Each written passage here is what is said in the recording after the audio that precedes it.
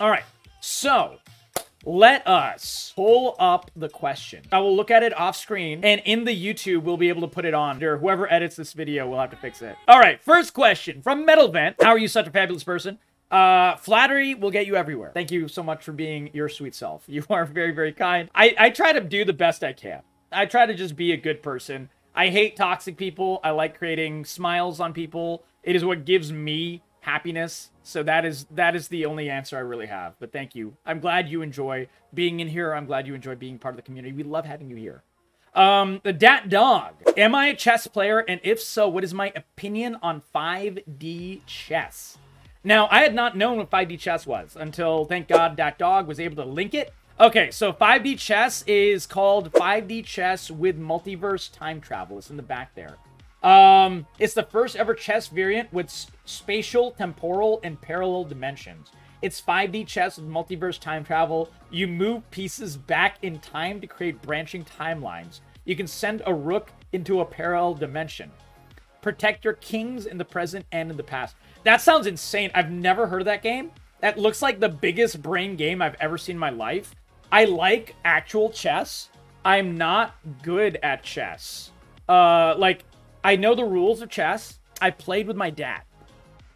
With Papa Corgi, I played chess with him sometimes. We haven't done it in a while. I think the last time we did it was like his birthday, like 3 years ago. It was during the wildness of COVID.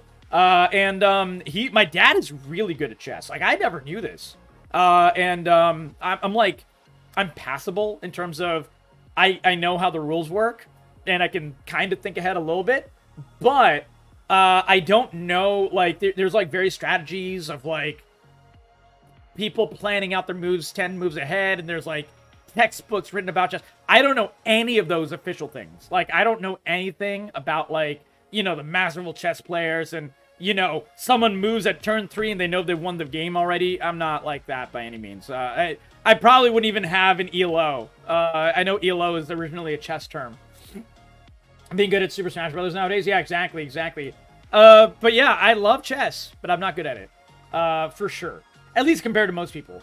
I've only played for fun. Okay, Julian's first question. What is my favorite brand of Caprice? I don't wear Caprice, so that is not an answer, unfortunately.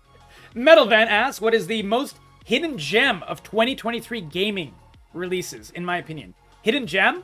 Halls of Torment. Yeah, Halls of Torment was insane. It is Vampire Survivors, except it is with Diablo feel, and it is insanely good. It is one of the 2 or 3 Survivor-style games that is actually better than the original Vampire Survivors. And I love Vampire Survivors. Like, Vampire Survivors is like 10 out of 10 game. It's a high bar to complete.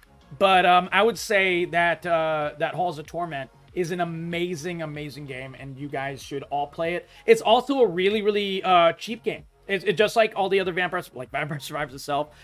Each one of the Survivor-style games are only like $6, $7 at most on Steam. And I can check how much Halls of Torment is right now. Halls of Torment on Steam at this exact moment is $4.99. And it has a free demo. So play it. It's really, really good. Have you found a game you love but could not finish? Yes, Elden Ring. Elden Ring was my favorite game of 2022. It was probably one of the only good games of 2022. 2023 was a banger year of AAA games, but 2022 was a very lackluster year. Yeah, Death Must Die. Yeah, Death Must Die is a really good game as well, Julian. I would say Halls of Torment, for me, beats Death Must Die, but Death Must Die is an amazing Survivors game as well, and that is the other game on that list of games that are Survivors-like, but not actually Vampire Survivors. It's one of the few ones that is actually legitimately, arguably better than the OG Vampire Survivors, which is one of the best games of all time. Like, it's like Vampire Survivors OG, it like created its own subgenre because it's so good. Like, that's a high mark. Death Must Die is a mix of Vampire Survivors with Halls with Halls of Torment a little bit, but with Hades. It mixes it with Hades, like Hades' perk system. which is really good. So, like, that's another really good Survivor game. So yeah, either of those for Metal Events Hidden Gems of 2023. If you're watching this video, this special AMA, make sure you give the YouTube channel a sub. Make sure you give this video a like. Click right below on that bell to get those notifications. All that. So, the automotive industry is one of those industries in the US which is like this squeaky wheel that cries and pisses their pants over the smallest things, and they hate competition of any kind. So they have a very, very incredibly strong lobby because they do produce a lot of jobs. However, they like to do a lot of very, very combative practices, creating, like, you know, terrible, terrible trade issues for the US with other countries. They not only do that, but they are extremely, extremely like the airplane industry, where they will, and the banking industry. So all three industries, they beg for money from the government, they get bailouts all the time, and they give money to either shareholders or they use that money to buy other smaller companies. And the banking industry has done this a lot, the airplane industry has done this a lot, and the automotive industry has done this a lot. They all, frankly, fucking suck. I hate all three of them. I hate all three of those industries. And so my thoughts on them is it's not surprising, and I really dislike that they do it, but it is definitely an issue with our current economic state in America and the current issues with lobbying in America specifically. Lobbying is incredibly powerful in America, and it is one of the most toxic things about our government. Sorry about the ads, Vitesse. Daily Drake, how you doing, my friend? Welcome to stream. Welcome to Corey Crew, buddy. Love you tons. I asked this because I want a Japanese Kia truck, but it's stupid that all these laws are being passed for a harmless car. Yeah, exactly, Senpai Abby. It is stupid, I agree. My dad's first car that I grew up in when I was a baby, he had cars before that, but the one that I remember growing up in was a Nissan Sentra, and that thing was a tank. It was like, it never broke. It never had any issues. My dad literally just got rid of it because, you know, he just wanted a new car. But it served us well for, like, my first 6 years of life. And before that, my dad had it for, like, 8 years prior to that without a single issue ever for, like, anything. You know, besides, like, you know, a tire breaking or whatever. But, like, no, like, actual issues with the car in any way, shape, or form. So well past warranty and everything like that. He just never needed to get rid of it until, you know, he felt better and you could get a new car kind of thing. But it was a really good car. Now, I don't know about Japanese cars in general, but that Nissan Sentra, top-notch. Top-notch car. Have you found a game? Okay, I read that already. VTES, when will I be doing multiplayer Zomboid again? I would like to do it soon, VTES. I love multiplayer Zomboid. I love Zomboid in general. Zomboid is one of my top 50 games of all time. It is definitely my favorite survival game of all time. Project Zomboid is a game that I really, truly love and adore. But the problem is that in order to play multiplayer Zomboid, the community needs to have a lot of people that are into playing multiplayer Zomboid. That's the thing. So, like, whenever I sense that we're having, like, a lot of people that want to play multiplayer Zomboid, you know, like the Dark Shade, Mist, you know, there's, like, several members of the community, Hudson Boom, so on and so forth, when they're here regularly, and that's when I get the feeling, you know, maybe we should do a multiplayer Zomboid server again. And then we'll do it for, like, several weeks, and then slowly it'll fall off, and people will stop watching, stop playing and stuff, and then the server kind of dies. So that's kind of what happens. And that's okay, because people play in patterns, and people enjoy it for the time that they can enjoy it. But I would love to do multiplayer Zomboid again. I've been itching to play more Zomboid. I love, love, love Zomboid. Daily Drake, are you having a good night, my friend? Join the giveaway. There is a giveaway active. We love you, buddy. We love you. Opposite steering wheel, they have to law it out for 25 years, like how the Skyline R2 is able to be imported in the US now. Interesting, Daily Drake. I did not know that, actually. That's stuff I did not know. Yeah, I guess, yeah, Abby, if it's street legal in California, not the rest of the U.S., it's like a lobbying issue for sure. Vita's my friend. I did answer your question about multiplayer Zomboid. I would love to do it again soon. We do love it. Mr. FortuneBot asked me, how do I not get burned out from daily streams? They streamed a while back and got mentally burned out after a while. Any tips? Yes. I do not get mentally burned out because I love streaming. And I love doing what I do on streaming. People will often ask me in patterns to play certain games and stuff. And a lot of times I'll just straight up say no.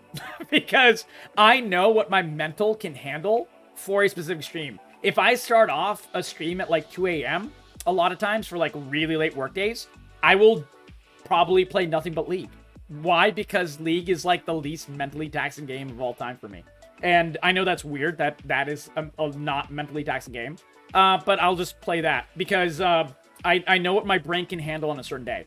Also, I do have issues with anxiety and depression and so on and so forth. I've talked about this on stream before. And pressing the going live button is incredibly, incredibly hard. However, you guys are so wonderful that is why I press the going live button every night. And it's some days have been very close to not pressing it. But you guys make it possible for me. And the last part is that while I take streaming seriously and I want to make it full time, I am very, very clear with myself on what streaming is right now, namely side gig, and how much I enjoy it and why I'm going to keep enjoying it. And I'm not like someone who partner pushes or anything like that. So I did add a lot of stress on myself a couple of months ago when I decided to make YouTube content. And that was a big stressor. However, I knew it was going to be a big stressor, which is why I didn't do any YouTube content for straight up 4 years straight of streaming. I did not make a single YouTube video. I had thought about it. We talked about it many times, but I gave myself enough time to the point that I could handle it. So advice is don't bite off more than you can chew. Don't stress out about it in terms of if you feel you need to play another game to get popular or whatever, don't chase that bag. Play what you actually enjoy. And, you know, try to do it for the love of actually doing it. That's my advice. And also, be extremely, extremely self-aware. Know when you're having a hard day. When I'm having a hard day, I just play League. When someone else is having a hard day, if they can't stream, they shouldn't stream. I know a lot of friends of mine that have done the opposite. They've tried to do, like, even the stream when they can't, where they literally cannot stream. They push themselves to go live. They're miserable on stream. They get burned out. They stop streaming for 3 months or something like that. I've seen that happen so many times. Don't do that. It's a great way to burn out. Also, don't spread yourself too thin because people think that they have to post on TikTok now. They have to post on YouTube now. They got to do this. They got to make a tweet. They got to do like 50 different things because they think there's no discoverability on Twitch. Now, discoverability is hard on Twitch. Don't get me wrong. But I think the feeling of there is no discoverability on Twitch is a complete misnomer, and people don't understand this. So as a result, they spread themselves too thin, and they straight up burn out, and then they're miserable, and then they quit all content creation altogether. Do what you can handle. And also know that there is discoverability on Twitch. It takes different forms depending on what you stream, but you can absolutely find discoverability on Twitch. You do not need to make a YouTube in order to be discoverable on Twitch at all in any way, shape, or form. You got to find what gels with your content. Now, if you're a COD streamer, you might want to make highlights because that's a really hard place to grow. Like, if I was a Tarkov streamer only, it would be very hard for me to just grow on Twitch. But because I do variety, it is a little bit easier for me to grow as a variety content creator on Twitch. It's harder for me to grow in general, but for, you know, slowly and steadily growing the community, which is what I do, I have never gone viral or anything like that. This is the way I do things. And that's one reason I've been able to stave off the burnout. Check out Shing. It's West of Dead and Moon Hunters on Steam. Nice, McCade. I'll have to check those out. PM them to me on Discord, so I'll definitely check it out. Thank you, Daily Drake. I appreciate the kind words, buddy. Thank you from the bottom of my heart for the very, very kind words. You have more control of it? Yeah, exactly, Daily Drake. It is a control thing. Certain days it has more control over me. Certain days I have more control over it. And it's something that I suffered with from my childhood. So I have a lot of practice. It's not that I don't suffer from it anymore. I just have a lot of practice of dealing with it and being functional with it. So, that's Mystique had a really good question. Thank you, Mystique. I hope you're having a beautiful night. Join the giveaway. Guys, our second giveaway only has 7 people in it. Please join that giveaway. I want as many people to have a chance to win the giveaway. By the way, when you join this giveaway, you do not need to post another question unless you want to. You just need to ask a single question. I only stream COD. It's the only game I enjoy. Yeah, exactly, Pixel Bright. Yeah, like I said, stream what you enjoy streaming. A lot of people push themselves to stream things that they have no business streaming because they don't really like it. I completely understand that, Pixel Bright. Pixel, could you do me a favor? Since chat is lovely and moving fast, could you PM me on Discord your 3 genres? After we finish some of these AMA questions, I will find you a game for your giveaway. I did not forget, and we will definitely... And if we don't get to it tonight, at least I'll have the DM, and next time you hop in here, we'll make sure you get your game. 100%. I know it's been a very busy and wonderful and crazy and loving and silly night with this AMA, so I appreciate your patience, my friend. The lovely Mystique, I don't know if you're still in here, my friend. If you are, please say hello. And if not, no worries. They asked, how old was I when I started gaming? I started gaming, like, really, really young. My dad was city engineer for the city I grew up in, of which I'm not going to say. It was in Tampa Bay, but I'm not going to say which city. And so because he was the city engineer, he had to do a lot of, like, CAD drawings and things like that. And he did most of his drawings by hand. But even then, my dad was tech illiterate. Like, he was really bad at tech of any kind. And he was really good with his hands. He's really good at drawing. He's really good physically, but not with tech. So one of his coworkers got him a really, really ancient computer. Now ancient, but at the time it was state of the art. I think it was like the Apple Mac, like OG or whatever. It was one of those. It was like one of those really, really old MS-DOS style computers. I know I said Mac and MS-DOS. I can't remember what it was.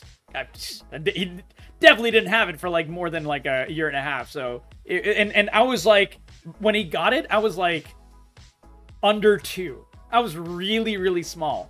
And the guy who was my dad's coworker is a very, very sweet guy. We still know him and love him to this day. He's an amazing, amazing guy. He's getting really old. He set up the computer. And he noticed that I was, like, all over that shit, man. Like, because I like pretty buttons and everything. I like pressing random buttons when the thing wasn't even on. And so he had some games installed on the computer because he thought my dad would like them. And I'm talking, like, OG Pitfall and, like, Pong and things like that were on this computer. Like, it had some, like, old Atari-style games on it. And so he got me to play those games. And those are my first games ever, which was really, really crazy.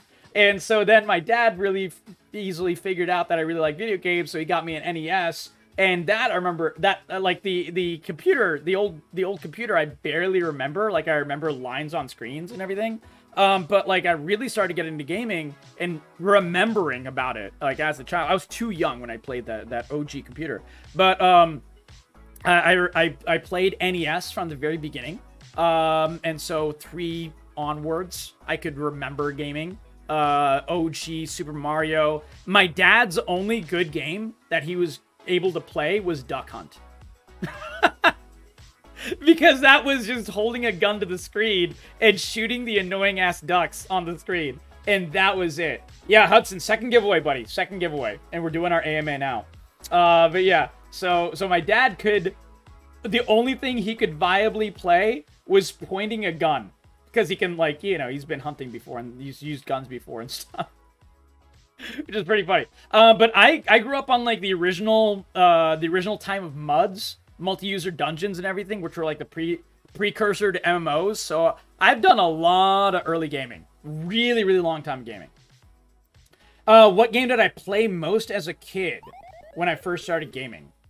Oh, I would say that I probably played MUDs. Like, probably a mix between MUDs and a couple of OG NES games that, like, grabbed my brain and never let go. There was a really, really good OG NES game, which was a very unique game. I've never seen a game that replicated this way of moving. And I called it Weenie Heads. And it's because whenever you beat a level, they would go like this. They would dance and they'd run across the screen. The way the game worked, and it was actually called Cabal. C-A-B-A-L. You can look it up. I don't know if it's, like, even around anymore. But it was, you played so many MUDs. Me too, man. I didn't even know what I was doing, but it was just like, you know, I loved RPGs from the get-go, Night Mage. Absolutely. I love them. Love them, love them, love them. So Cabal was a game where you control your character on the bottom of the screen. So your NES controller moving left and right, you're inadvertently controlling. You're not directly controlling the guy. You're controlling the cursor, which is basically a crosshairs, all around the screen.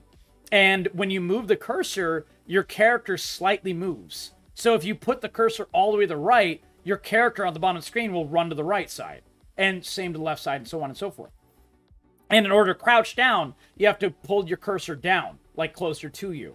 And it was very odd, and it sounds like a very complicated system, but it was surprisingly and shockingly intuitive. I loved that game. I think that was like one of my original games that I played, like maybe straight up like hundreds of hours when I was a kid. Ramparts. I do not remember Ramparts for the NES. Tell me about that, Hudson. I don't think, maybe if you link me it, I'll be able to, like, see if, like, oh, yeah, I know that game, by visual and not remember the name. That's a possibility, but I don't think it is. Because I remember a lot of the games. Like, I remember this Cabal game, for example. And I don't think anyone who had an NES really knows about this game. But yeah, that was Cabal, and it was an amazingly good shooter game for, like, all the way back. And I really wish that game would make a comeback, because that game had a very unique controller scheme, and it worked supremely well, and it was a really, really good shooter and everything. And no worries, Hudson. No worries, buddy. But yeah, that game I remember playing a lot when I was a kid, and also the OG Mega Mans. Mega Man 1 is still a game I never could finish, and even then and even now, that game is borderline psychotically hard. However, Mega Man 2, I played the absolute piss out of, because it was a game I could actually finish. Very hard game. All the Mega Mans are, you know, very, very tight controls, and you have to dodge, like, bullet hells and things like that. But Mega Man 2 is at least beatable. Like, oh my god, Mega Man 1 is insanely hard, but Mega Man 2, like, even as a kid, I could, you know, at least kill some bosses and move on and you know, write down. Dude, do you guys remember OG passwords on the NES, man? They were like, you had to basically have, like, symbols, or I think some of them use letters, and hexadecimals and stuff. So you had to write symbols or letters of, like, 25 lines or something. It felt like, no, 25 lines, 25 like different symbols or something, and all of them combined would be your save file. Like, there was no way to save onto a cartridge of all those kinds, like, especially early on in NES games. You could only have, like, a weird passcode type of thing, and that's how you did it. Oh my god, I remember writing those down. Oh my god. And I had bad handwriting when I was a kid, so sometimes I would not be able to read my own handwriting, and I would lose my entire run, and I had to start from the very beginning. But yeah, I played a lot of old NES games. OG Metroid was a banger. OG Zelda, Legend of Zelda, and the Link, just like Link's Adventure as well. A lot of people didn't like Link's Adventure. That was the second one, but that one was a banger for me. That was a side-scroller one. I loved that game. Okay, Julian asks, would you ever play Ultima Online again? Absolutely. I love that game. However, I don't know if I'd play it on stream, because Ultima Online is one of those games that I grew up on, and I love MMOs. I started with MUDs, but Ultima Online was a game that when I started playing Ultima Online, I played nothing but Ultima Online for like a year. Just straight up. There's nothing else. And so I don't know if I can handle it. Maybe I'll be able to. But yeah, Ultima Online would be a really, really fun time. It'd be a very big nostalgia moment. It's one of the original great MMOs for sure. A Link to the Past is goated? Yes. A Link to the Past is amazing. My favorite Zelda game is actually Wind Waker. And second, closely followed by Link's Awakening, which was on the brick OG Game Boy. That game was so good. Holy shit. McCade asked me about, do I have Roguebook or Ghostwire Tokyo? I don't have Roguebook. I do have Ghostwire Tokyo. And I heard really good things about Ghostwire Tokyo. I've never played it. I have never played Ghostwire Tokyo. All right, let's see this game called Rampart. All right, I'm going to make my thingy smaller. There we go. Oops, wrong one. There we go. All right, let's look up Rampart. I'm just curious what this game is. Just to see if I recognize it.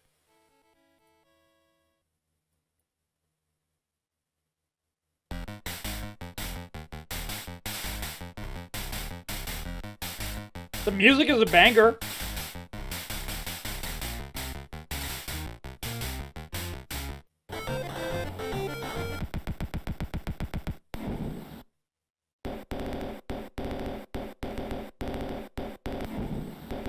Is it like a tower defense?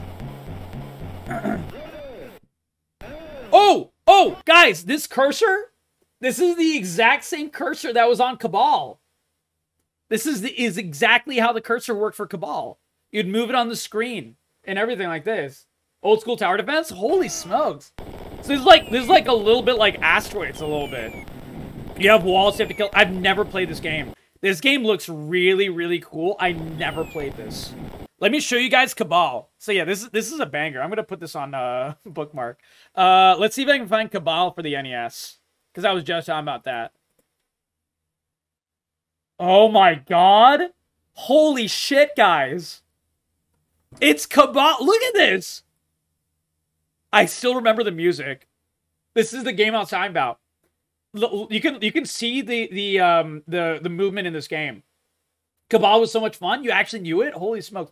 I've never met a single soul on YouTube or Twitch that has known what Cabal is. Ever. Until now, Hudson.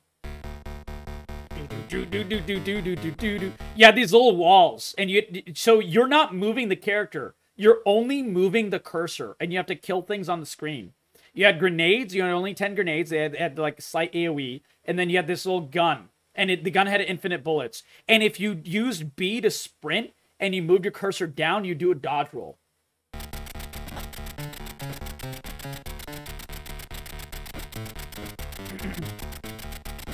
Yep, random items would fall. Do-do-do! This game is absolutely goated still, guys. The walls would break down by the end of the game. You'd have to kill a certain amount of enemies to pass. And if the walls go down and you haven't killed enough enemies, you suck. You're gonna die. The bosses in this game were insane bullet hells. Hard as fuck. Oh yeah, this game was hard as hell. Bum bum bum bum bum bum bum bum. So as you can see, when you move the cursor around and you're not moving, it's because you're not holding down B. If you held down B, A was shoot, B, you could hold B as well and move and shoot at the same time. Or you could just hold down B and then your character moves on the screen. See, this is this is why, for some reason, when I saw this little thing, my childhood best friend and I played this game for like 1,000 hours, and we would always call this game Weenie Heads. 1942. Is that the plane game, the top-down plane shooter? Yes. If that's the one, yes. I just want to show you a boss. I think this is the first boss level. Yep. So yeah, this is the dodge roll. And if you didn't master this dodge roll, you literally could not get past this boss. Because of the AoE. Bum bum ba-dum bum ba-dum bum bum bum bum ba-dum bum ba-dum bum bum bum ba-dum bum ba-dum bum bum bum ba-dum bum ba-dum. Alright, that's Weenie Heads, guys. That's Cabal. One of my favorite old NES games of all time. There we go. All right, back to the AMA, my friends. Have you ever watched AVGN? What is AVGN? I don't know what that is. Lemonitis, buddy, welcome, my friend. It's good to see you. Pulled the handbrake. What does that mean? Hope you're doing okay, Lemonitis. Welcome, welcome. We're doing a giveaway. There's a giveaway active. And this is a special night where we're doing an AMA about awesome any questions that you have. Because it is my 50th video on YouTube. Angry Video Game Nerd. Okay, I don't think I've ever watched him. There's a lot of large content creators that I've never heard about. Because pretty much all my free time goes to making content for you guys. Which I love. So I do watch some stuff on YouTube, but I've never heard of Angry Video Game Nerd. I would love to check it out. PM me a link on Discord, guys. I would love to check it out sometime. Maybe I'll watch it during work or something. Does reviews a lot. You would love him. Excellent, excellent.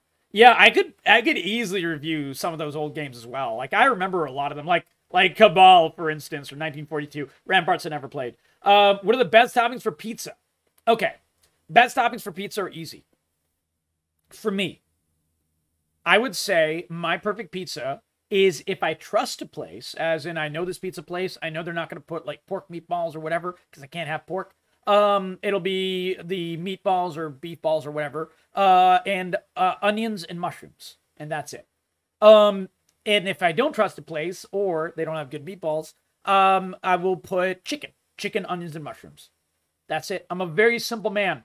Those are the only ones that I like. As in like the most. I mean, I like green onions as well. I like basil sometimes, cilantro on pizza. That's like the fancy ones or whatever. Green peppers is really good as well. But generally, chicken or beef, onions, and mushrooms. That's it. Very simple pizzas. And love them. Love them dearly. Did I have a Sega? Yeah, I had an OG Sega. I actually had a Sega Master System before I had a Sega Genesis. So I had the OG Sega Saturn. Yeah, Sega Saturn was really cool. I'd never had a Sega Saturn. My friend had a Sega Saturn, and I went over to his house and played Sega Saturn all the time. Toe Jam and Earl, yes.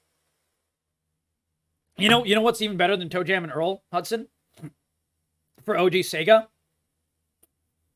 Is a game called, oh god, what was it called? It's where you play a janitor and you like fart on the screen. Your character burps and farts, and it's a side-scroller adventure. Boogerman. My brain couldn't remember the name. Boogerman was the best Sega game. Straight up. Yeah, Boogerman. I'm not even kidding. You can look it up, Senpai Abby. If you ate a chili pepper in Boogerman, your character would start farting out fire, and he could fly. The game was one of the funniest games of all time. Dude, it was just sheer little kid trash humor, and it was great. You never heard of it? You should look it up. It is amazing. Yeah, it was basically like the joke version of Earthworm Jim. Yeah, Earthworm Jim is like actually a good game. But Boogerman was like the goofy version. Yeah, Earthworm Jim and Boogerman were like... Boogerman was like the spoof on Earthworm Jim. Okay. Are jorts a fashion statement? It's certainly a statement, Cloud Chaser. I don't know if you're still here, but it's certainly a statement. If you make that statement, I only salute you. I don't like even normal shorts, so I never wear normal shorts. I wear pants every single day. I don't like wearing shorts. For some reason, I don't like having my legs exposed. I also don't wear like short sleeves. This is the shortest my sleeves will ever get. Me like pulling up my sleeves a little bit. And that's like just because it's hot as balls in my room right now. Yeah. If you wear, more power to you. Not something I'll ever wear. Do you watch pro wrestling? I actually used to watch pro wrestling when I was a kid. I've not watched pro wrestling recently. Like I'm talking about like OG Stone Cold Steve Austin and like this is way back before I knew it was fake as well. And I think like when I figured out it was fake is when I stopped watching it. It's like finding out Santa Claus is not real. Which is not true, by the way. Santa Claus is real, chat. No one ever worry about that. But it would be like if you found out Santa Claus is not real. Right, guys? Right. Exactly. Bubsy? Yeah, I love Bubsy. I played all those like OG platformers, Senpai Abby. Like Donkey Kong and all the Donkey Kongs, all the OG Marios. All those side-scrollers. A really good one that was like a Metroidvania. It was literally Sega's answer to Metroid. It was called Turrican. And on Sega Genesis, it was called Mega Turrican, which was like the sequel. Those games were really good. And it was a mix between like Commando, which was another side-scrolling adventure type of game. It was a mix between that, because you could like grapple and stuff, which was like a very Commando thing. And it was a mix between that and what's it called? Metroid. And it was called Mega Turrican and OG Turrican. Lion King was so hard. Oh yeah, original Lion King was insane. Holy smokes. Ooh. What do I do for fitness? So Turtle God, really good question. For fitness, I basically I don't go to the gym anymore. Before my car accident, I used to go to the gym all the time. I was actually really fit before my car accident. Like, good muscles and everything. I was pretty good at that, all that. But afterwards, I have to be really, really careful about my back. So I can't really do like deadlifts or anything like that anymore. So all I do is like full body fitness exercises. Using like my own body weight, using exercise bands. I do it all at home. I do a lot of planks. Planks are really good for your core, for your back. A lot of sit-ups, a lot of push-ups, a lot of exercise band, like lifting with that, and squats using exercise band resistance, and so on and so forth. Those are the fitnesses that I do. And I stay relatively fit. I kind of have to get back to it because I've been really lazy over the past couple of months. And my back's starting to suffer for it. So I need to get really, really back in gear. But that's what I do. A lot of walks. Walks are good. Walks are straight up just a normal, like, brisk, but not like you're not like speed walking, but you're going out for a brisk walk. Just walking for 20 minutes is really good for you guys. Like, if you mix that with an exercise band with like push-ups and sit-ups and planks, you will be in a generally healthy state. Like, just those exercises. All of those are really simple exercises, and anyone can do them. You don't need the exercise band, but exercise bands are also extremely cheap. So they're like, you can buy a good exercise band on Amazon, which is where I got mine, for like $10. That's it. That's all you need. That is literally all you need. Hell, I went hard with the push-ups. I have wrist problems because of the car accident, right? So I have like this little thing, and it's like a suction cup. And it has like a handle, and I use those for push-ups, and it's just better for your wrist. And so yeah, if you have any wrist issues, that is the cheat code for that, and you can absolutely be able to do push-ups with just that little thing that'll help you, and you're good to go. You're good to go. The other thing I would recommend is to work out your core for any exercise. An elastic band that is made for, like, you put it around your legs while you're moving. In even small movements, even just doing like a normal squat or whatever, will just have an extra amount of resistance for your legs, and that'll help work out your legs better, your legs, your core, your glutes, and it'll help with that. Big cheat code right there. I only learned about that through my physical therapy. When I was healing my back, the physical therapy therapist taught me about all of that, and it was really, really good. And made a big difference for me, and I've never stopped using those. Highly recommend those. Spent $10 for a bunch of resistance bands on Prime, Amazon. Yeah, exactly. What about cock push-ups? That is for the OnlyFans, Donald Josh. What superpower would I choose? Teleportation or Wolverine regeneration, because then I won't have back pain. But teleportation is so fun. What do I do when I have trouble with motivation? Dude, I was so bad with motivation when I was a kid. I was like the ultimate procrastinator. I would play video games and not do my homework, and then I would get to school and be miserable writing my homework for like 5 minutes right before class, or like, dude, I remember I would write my homework when the teacher was collecting the homework from everyone else, and I would just act like I couldn't find it. And I'd be like, I know it's in my bag somewhere, ma'am. I'll give it to you in like 5 minutes. I'm so sorry. And, I was a generally forgetful person, and I was a good student otherwise, except for procrastination. So my teachers either usually believed me or they didn't care enough to, like, call me out on it, because they knew I'd get my homework in 5 minutes. And I'd spend, like, the rest of the 5 minutes, like, scrambling and writing it down, and I'd turn it in and get, like, 100%. But yeah, that gave me a lot of issues with procrastination, and I beat procrastination in college because I almost failed out of college with procrastination. And that was my wake-up call. I was able to skate through all of school from elementary, middle, and high school by being the ultimate procrastinator. And then when I got to college, I quickly realized by almost failing out that if I keep doing this, I will not survive. And so I stopped doing it. It was only necessity.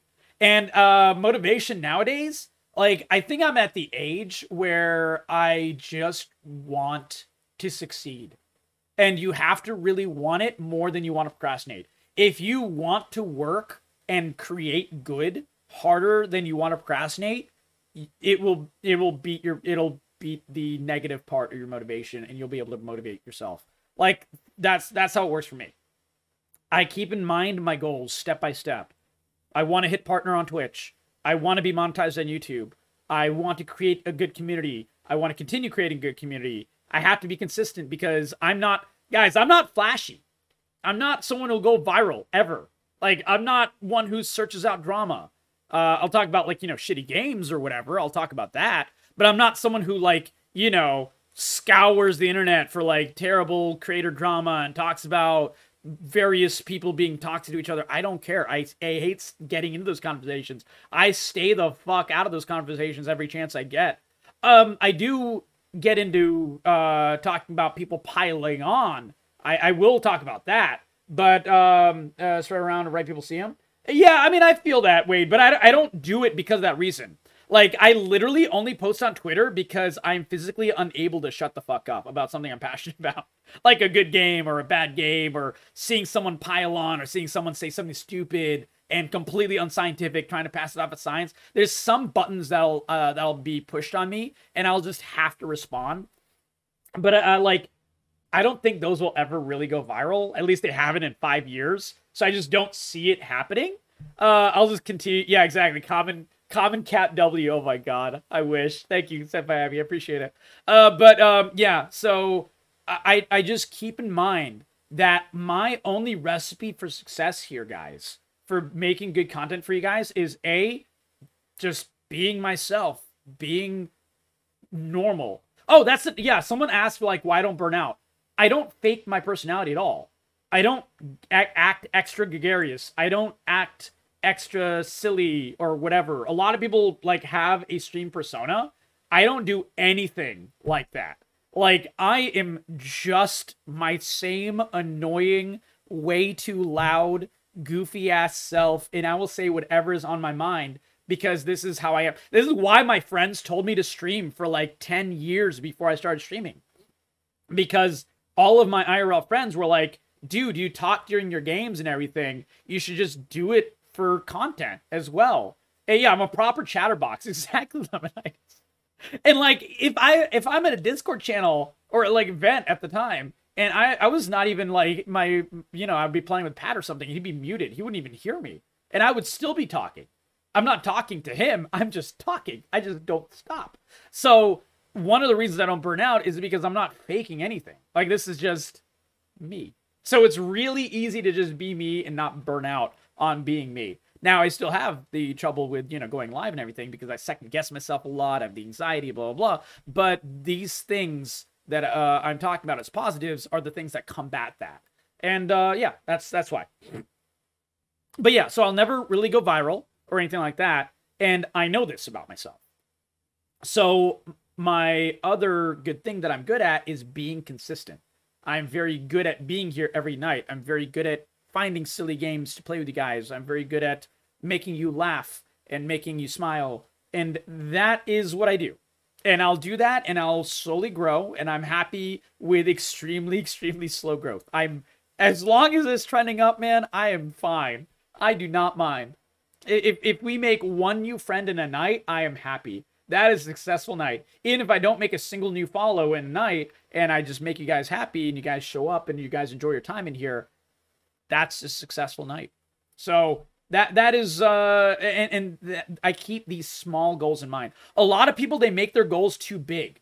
When they're like a 5-person streamer, they're like, man, I just hit affiliate. I'm going to start partner pushing. That's a great way to burn out. Don't do that. Give yourself real, achievable, small goals. And I think that's the secret. Like, people do this for New Year's resolutions all the time as well. Like, oh, man, I'm going to lose 50 pounds. Oh, man, I'm going to be fit for spring.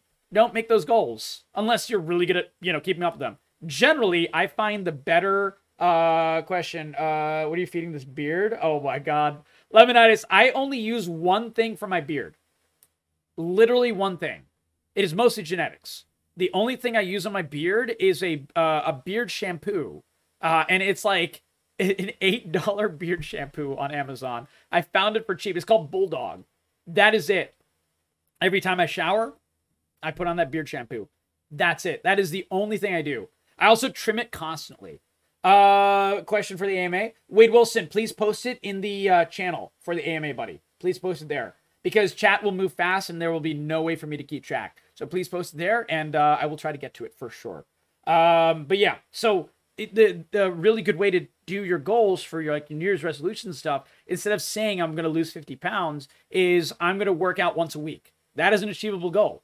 Working out once a week. Just doing a workout. Doing a walk once a week. That is what I mean by achievable smaller goals. For me, it is I'm going to go live, or I'm going to make sure a YouTube video goes up once every 3 days. And I have enough content that I can do that with. So I found what was achievable for me, and we do it. God of Law asked, if I could rename Earth, what would I name it? I would name Earth... Ooh. I don't know, actually. What would I name Earth? That's a really, really good name. Like, it has meaning. I don't know what I would name Earth if I could rename it. I actually don't know. Terra? Yeah. Terra would be a cop-out because it's literally just Earth. It's just a different word for Earth. But yeah, yeah, I guess, yeah, Terra. I don't know. I have no idea. You give up and name it Jeff? Yeah. Gaia. Ooh, yeah, maybe Gaia. Gaia is like OG. Lemonitis, I like that. Maybe Gaia. Yeah. My name is Jeff. Exactly. Traith Krayos, my friend. Welcome back. We miss you, buddy. By the way, Traith, I don't know if you know, but we are celebrating a special night tonight, my friend. There's a giveaway active, so join the giveaway. And please, if you're joining the giveaway, please know you have to ask at least a single question in our Discord AMA for YouTube. Yeah, we hit 50 videos on YouTube, and we're celebrating with a brand new AMA. My first time doing a proper AMA. And this will be going up on YouTube as our 50th video. Absolutely, Trace, my friend. Good to see you, my friend. Share it with your friends. It is always lovely to have you in here. Also, if you're not subbed to YouTube, please sub to YouTube. I'm trying to reach 1,000 subs. So if you're watching this on YouTube, please know it is a pleasure to have you here. We do stream on Twitch every single night at Cap Corgi, and I am trying to hit monetization on YouTube, which is 1,000 subs. And we're at like 342, I think, at the moment. Not that I'm keeping count or anything. Definitely click that sub button, click that like button if you like the video, share it with your friends, your family, your community, we make full variety content. So no matter what kind of content you like, if you like React, we have those. If you like gameplay, we have a lot of those. If you like silly jokes and things like that, we do that all the time. We meme everything. If you like gaming discussion and business news about games and nerdiness, we do that as well. We do a little bit of everything, and we do it all in style. As you can see, there's a tie on every night. El Purple Grande, my friend, welcome. Join the giveaway. Post in the AMA discussion on YouTube. On Discord, because this is our 50th video of YouTube ever. I'm really shocked. I didn't even realize. I thought we were at 47 videos, man. I thought I had time to do this. And I figured out last night that I was actually at 49, and I was like, all right, I'm gonna have to come up with something quick. All right, what's my favorite scary movie? Ooh, I love scary movies. It's hard for me to name a favorite. Favorite scary movie? I think OG Exorcist is like top tier. For a classic OG scary movie, OG Exorcist. I like the thriller, spooky, supernatural style of scary. I'm not a big fan of slasher. I'll still watch a slasher movie. They're fun. But, like, you know, like the Saws and everything like that. But they don't really grab me. I really like, you know, things going bump in the night. You don't really know what the ghost is or the demon is or whatever. And it's like a little bit of a mystery. And people are slowly building up. OG Exodus. Yeah, Pixel Bright. We've always been best friends, my friend. Absolutely. I would say that if you like those kinds of things, Pixel Bright, my favorite recent horror is not a movie. It's a show on Netflix. It is The Haunting of Hill House. The Haunting of Hill House, if you like OG build-up horror, like really, really spooky horror, oh my god.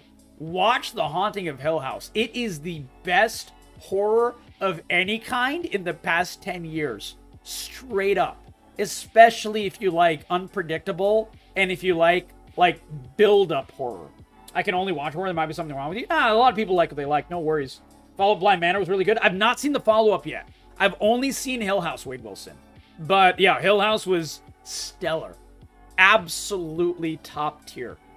Senpai Abby asked, what's my opinion about streamers going to Japan to abuse the country for content? Oh, I think it's literally the absolute worst. Do you think it could or would happen to somewhere else? It already is happening somewhere else, Senpai Abby. It's literally happening here. Dude, there's that kid on TikTok, and he looks like a fucking mushroom.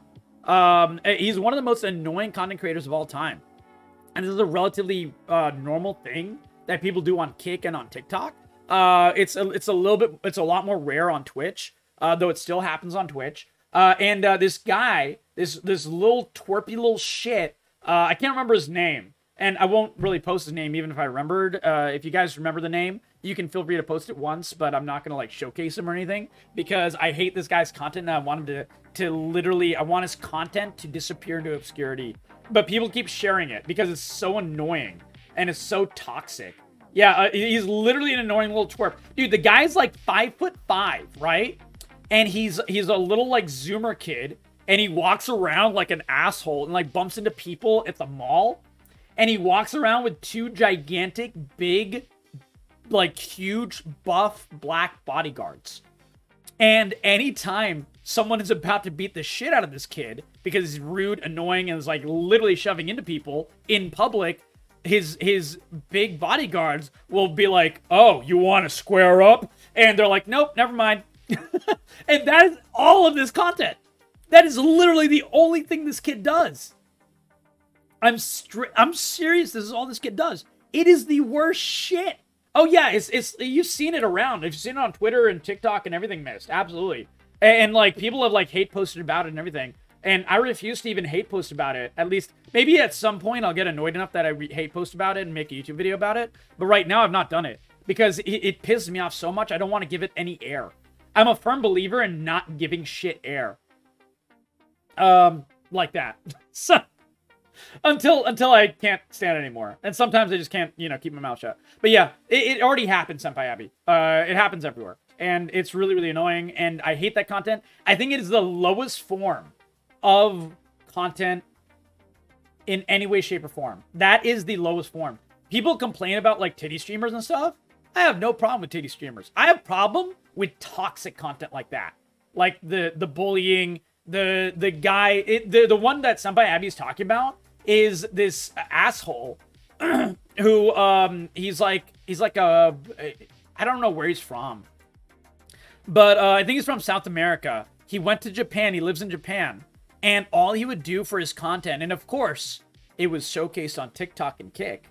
I'm just pointing that out. Showcased on TikTok and Kick for some odd reason, and he was never banned for it. He would basically go around to actual Japanese people, and he'd be like, haha, we bombed you, blah, blah, blah. And he'd be like, we won the war. And he'd be like the worst toxic racist shit. And he's gotten like punched several times. And, you know, yeah, exactly. Johnny Somali. Yeah. And, but, you know, the happy ending here, Senpai Abby, he got put in jail. He literally got put in jail for a few days. And with the promise of if he does it again, he's fucked. As in, like, they'll put him in for, like, years.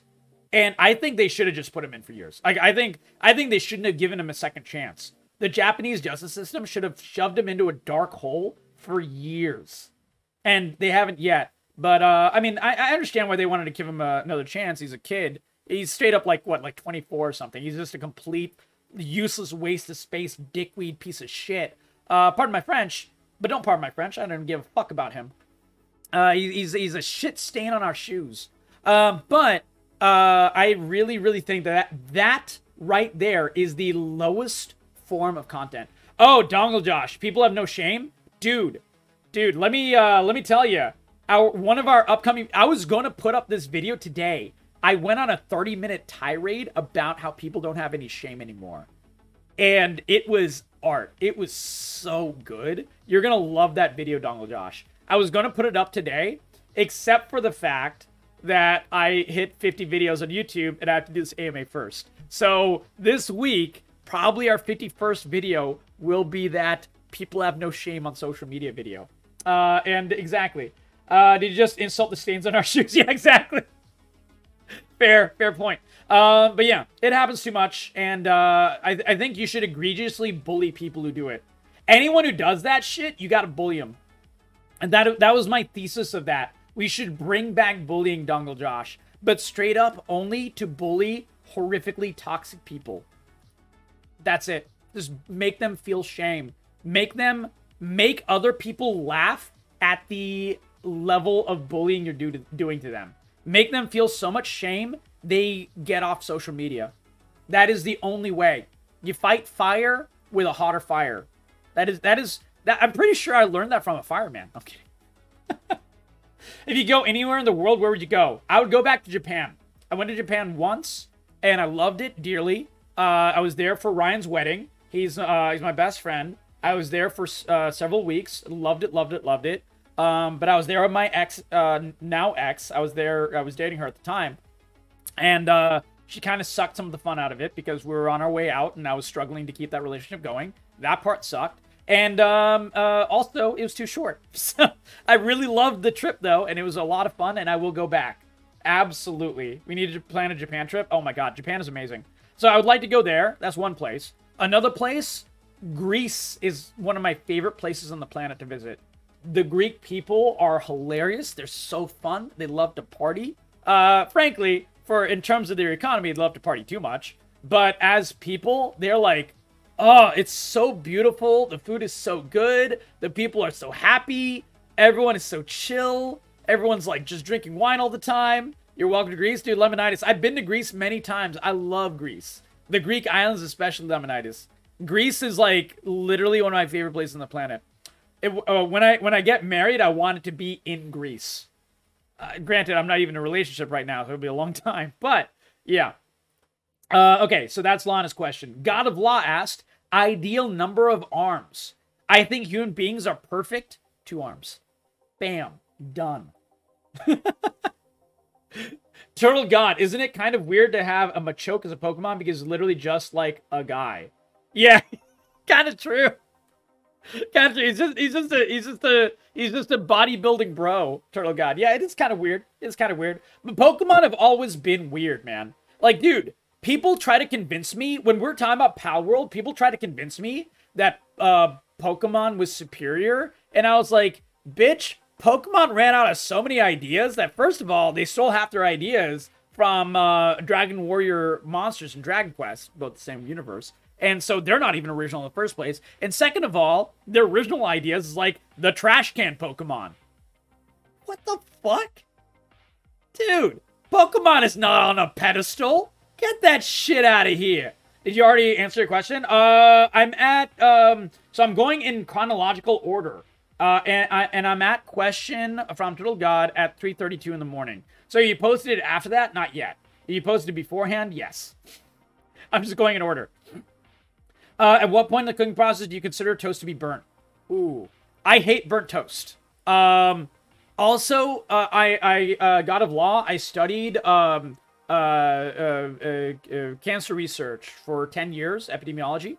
That's what my master's is in, and I worked in the NCI. For several years. And so as a result, I know a lot about carcinogens, and burnt food is a massive carcinogen. Don't eat things that are too burnt, guys. It is literally a carcinogen. So I stay away from burnt things a lot. So my threshold for burnt is very low. I don't like things that are burnt. Especially meat. You really don't want burnt meat. Burnt bread you can generally get away with at a higher level, but burnt meat you really cannot get away with in terms of, eating it and not expecting issues. Now, your body is very resilient. You need to have, in order for it to be a carcinogen, it's like, got to be a bad roll of dice kind of thing, so you have to do it a lot, blah, blah, blah. But don't take a chance. Don't eat burnt shit. It's very bad for you. It's just generally very bad for you. Thoughts on people who wear shorts during freezing weather? People are weird, Umbron, and people that wear shorts during frozen weather. I used to do this when I was in Maryland because I tried to act super hard so I would get dates in high school, and I was really stupid. I think that a lot of people who do it are that, And I was like, yeah, man, I'm not cold at all. I'm freezing my ass off. I can't stand the cold, man. I hate the cold. So yeah. But I still did it, try to press chicks. If you had to wear socks with your sandals, what color socks would you pick? I hate sandals. I don't wear sandals. So I'm a bad person to answer this question. What color socks? I wear like really like multicolored socks. They're all like dress socks. So, you know, socks with like colored stripes on it and like patterns and stuff like that. I wear, all I wear are dress socks. Unless I'm working out. If I'm working out and at the gym or something like that, then I'll wear like, you know, Nike socks or whatever. But yeah, generally I wear dress socks. But what color socks? Yeah, one of my multicolored like dress socks. I have them on the ground over there. That's why I'm looking down.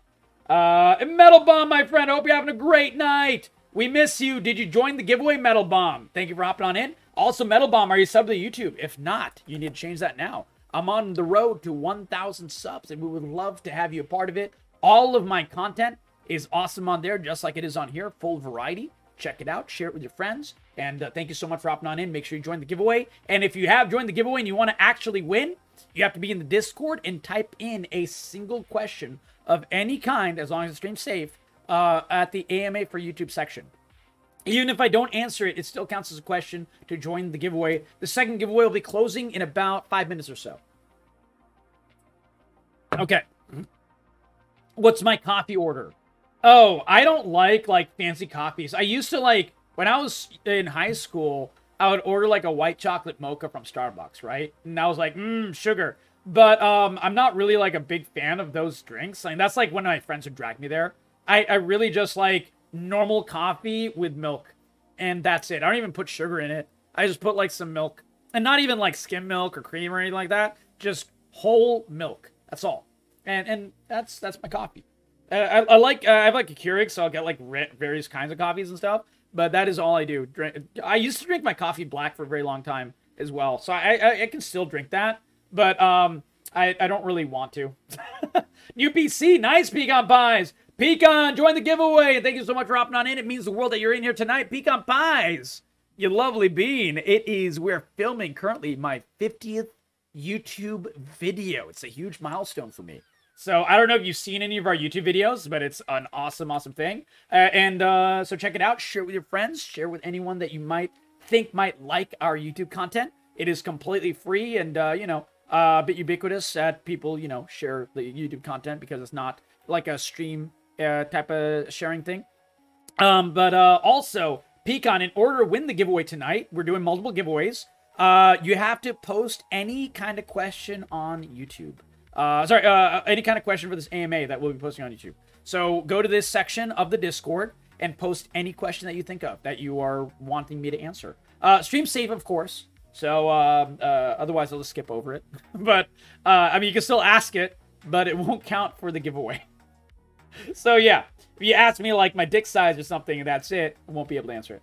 But yeah, any question, my friend, any question in the AMA, we're answering them right now. And I hope you're having a fun night. We love you, Pecan Pies, and thank you so much for being in here. We miss you. Hope you're having a great night. Welcome, welcome. And Senpai Abby, get some good rest. Thank you for hopping on in here. If you're able to leave a lurk, it means the world. We love having you in here, Senpai Abby. And I hope we see you soon, buddy, because we are still on every single night. And we definitely miss having you around. We love you tons, buddy. What's my favorite story from my time in university? Okay, so in university, I would say I've done a lot of wacky things.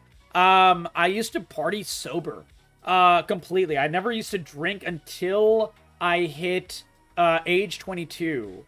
And one reason for that is, a girl tried to get me drunk and take advantage of me when I was, 20. And, that was a very bad experience, so I waited a really long time to start drinking.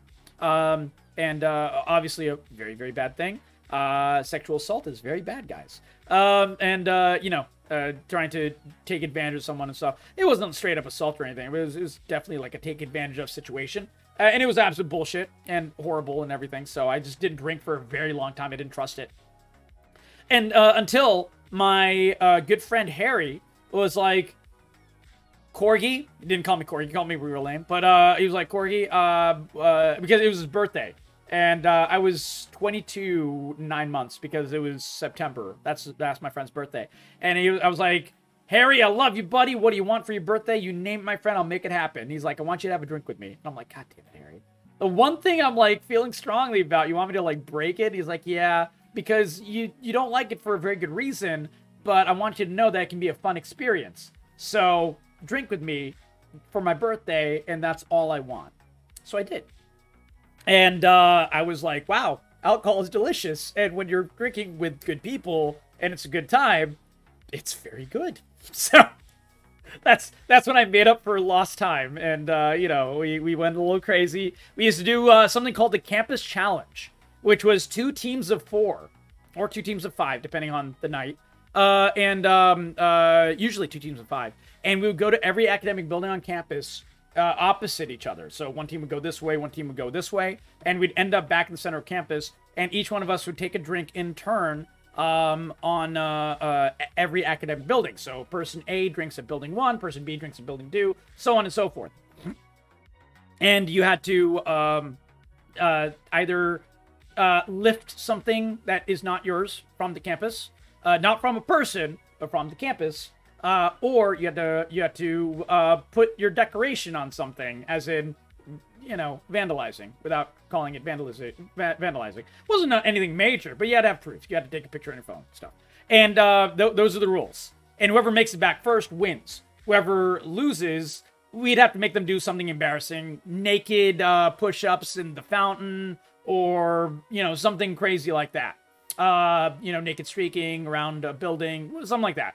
It wasn't anything like horrible, nothing that'll get you thrown in jail or anything, but it was silly. And those are some of my fondest memories. And it was just like me with some of my friends, and we're just talking about life, walking around campus, because we had a lot of academic buildings on campus, and it would be like a 2-hour thing. And it was a lot of fun. It was a lot of fun. Meteor Hats, how you doing, buddy? Yasavibi, my friend. Welcome to stream. Welcome to the Corey Crew. Not Blankets. Welcome, welcome, welcome. Meteor Hats, thank you so much for hopping on in here. And Milk Hound. Milk Hound, my favorite drink of all time is milk. Great choice, my friend. Great taste. And welcome to stream, Meteor Hats, my friend. It's been a minute. I hope you're doing really well, Meteor Hats. We love you tons. Thank you so much for hopping on in here. And Milk Hound, thank you for the follow. Welcome, welcome to the Corgi Crew. Favorite flavor of milk? Normal whole milk. I don't like flavored milk. I'm weird. I literally like just normal whole milk. And also, guys, we're doing something special tonight, Meteor Hats. It really means the world that you hopped in here tonight. Because I don't know if you knew, but as Lana just linked, I do YouTube content now as well. So we do have a YouTube channel. It's only been around for 2 months. And all of a sudden last night, I thought I had posted 47 videos. And I was incorrect. I had posted 49. So we are currently filming our 50th YouTube video. So if you like awesome variety YouTube content, first of all, give it a like, give it a sub, check it out, enjoy the goodness. We have full variety of content, gameplay, and all kinds of fun stuff, just chatting, and you name my friends, we do it all. But tonight, we're celebrating with an AMA. So our 50th video will be this massive AMA that we've been doing for the past, like, hour and a half. Chalky Milk the goat. Yeah, Chalky Milk is too sugary for me, but I like it. I just prefer whole milk, so I just drink normal whole milk all the time. Like, I literally drink, like, an entire carton of milk in, like, 2 days. I have to get a new carton of milk straight up every 2 days. And I mean, like, a gallon. Like, straight up a gallon of milk every 2 days. I love milk. I drink it with, like, every fucking meal. But yeah, welcome. And also, by the way, Meteor Hats and Milk Hound and anyone else in here, Yisavibe. Your name is Yisavibe. Oh my god, I'm so bad with names. I'm so sorry. Yisavibe, buddy. Welcome to stream. Welcome to Corey Crew. Pleasure to meet you. For all of our lovely new friends, I'm Cap Corky. By the way, as a little intro, I do believe in the power of positivity. I love making friends. I'm a variety streamer on Twitch. We stream every single night, 45 months in a row. So if you enjoy the good vibes in here, feel free to drop a follow. Welcome. Also, if you do drop a follow, you'll be eligible to join our giveaway. There's an extra step to joining the giveaway. It is a completely free giveaway, but tonight, as it is the AMA, you also have to ask me a question in our Discord channel. Our Discord channel is an amazing community, so you should be in there anyways. It's a wonderful, wonderful group of people, but the way it works is very simple. Whoever wins the giveaway will give me 3 of their favorite game genres. And as long as you've asked a question in here and you are following the stream, you'll be eligible to join the giveaway. Normally, you don't have to ask any questions or anything like that, but because it's a special thing, that is why we're doing it this way. I will find a game if you win that fulfills your 3 favorite game genres. It'll tell me any 3 genres. Open worlds, RPGs, horror, strategy, narrative, silly games, party games, whatever it is. And I'll find a game that fulfills those genres without being a game that you already have.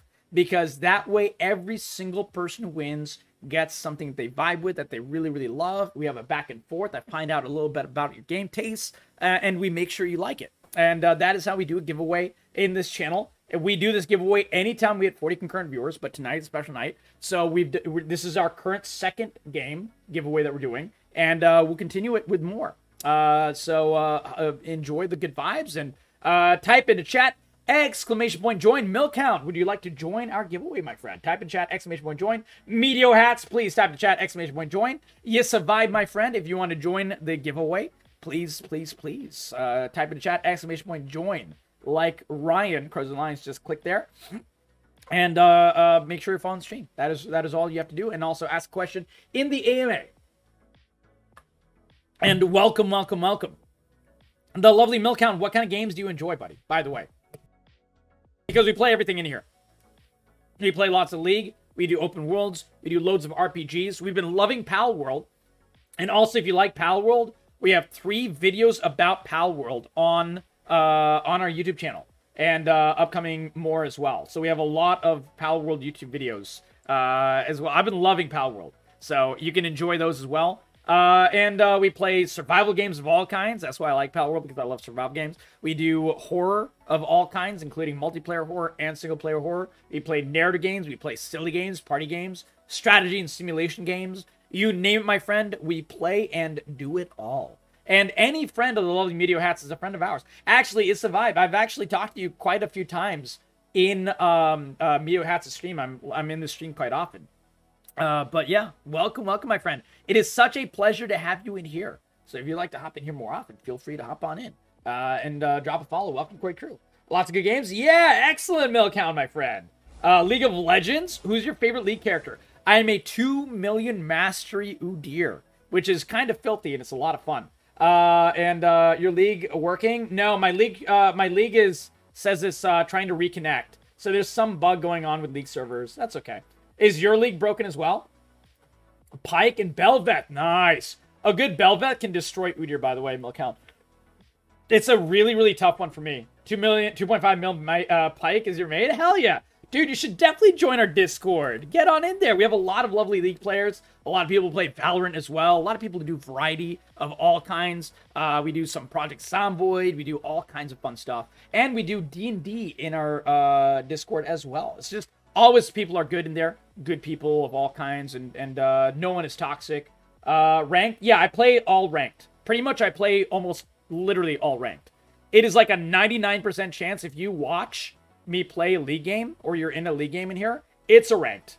It's straight up a ranked game. And it's a vibe, buddy. Thank you for the follow, my friend. Welcome to stream. Welcome to Corey Crew. It is a lovely pleasure to have you in here, my friend, for the very first time. Thank you from the bottom of my heart. It's a vibe. And Milcount. Type in chat !join to join the giveaway, and then join the Discord and make sure you type any question. It could be about League, it could be about gaming, it could be about streaming, it could be about anything. In that AMA for YouTube channel. It is right there, and then you'll be entered in the giveaway. Oh my god, Sunnyside Live, welcome to stream. A double rainbow. We just got raided as well. How are you doing, my friend? The lovely Sunnyside Live, my friend. How is life treating you? Welcome to stream, welcome to Corey Crew. And Snoozy, welcome, my friend. How is Valorant? I do play Valorant, but I'm really, really, really bad at Valorant. I like it. My favorite shooter right now, though, is Escape from Tarkov. And, hey, Corgi, hey, Snoozy, how you doing, my friend? Welcome to the stream, Snoozy. I don't know why, when I see your name, I want to, like, talk like I'm, like, an Italian New Yorker. Hey, Snoozy, where you been, man? Come on! Paisano, where's that pizza? I don't know why, but your name reminds me of that. But welcome, welcome, my friend. You love that? Excellent, buddy. Thank you for the follow, my friend. Welcome to Corey Crew. What kind of games do you like to play, watch, and enjoy? If you like Valorant, you will never find good gameplay of Valorant in this channel from me. I play with good people, but I'm not good. I'm terrible at Valorant. However, I make it very entertaining because the way I play Valorant, Snoozy, is I go into every single Valorant game. And I only play quick play. And I go into every single Valorant game. I open up voice whenever we're in Champ Select. And I'm like, hey guys, I'm really bad at Valorant and I'm going to die a lot. I'm very new though. But I promise you one thing.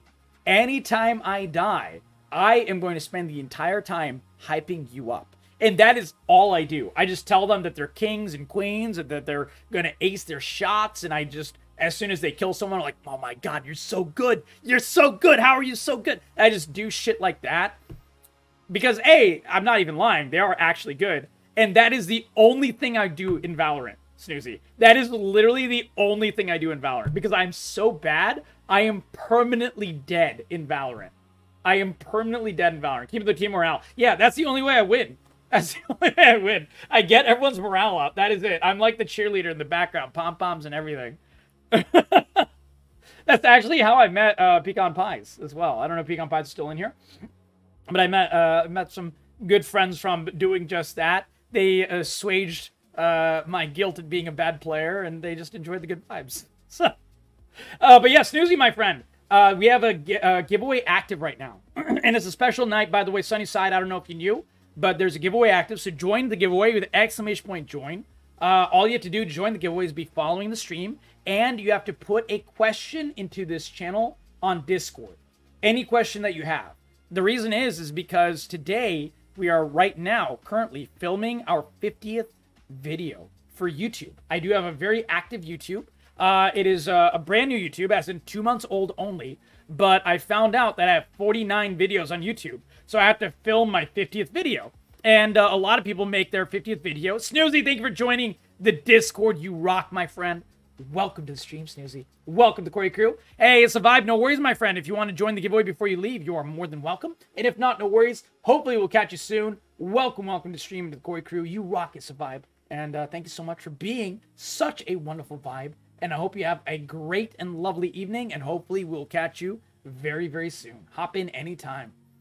And thank you for hopping on in. But yeah, so we're basically answering an AMA and doing multiple giveaways tonight. So we're about to close our second giveaway. So for any of our new friends, it's a vibe, Milkhound, Snoozy, 70 ads. Oh, I'm so sorry about the ads. Type in the chat, join, ! join the giveaway. Sorry about the ads. Unfortunate requirement of Twitch. Type ! join to join giveaway. There we go. Pizza Hut ads are making you hungry. It's working. Yeah, the ads work, man. The ads work. Dude, Pizza Hut is goated, man. I actually love Pizza Hut. Pizza Hut. I used to actually eat more Domino's.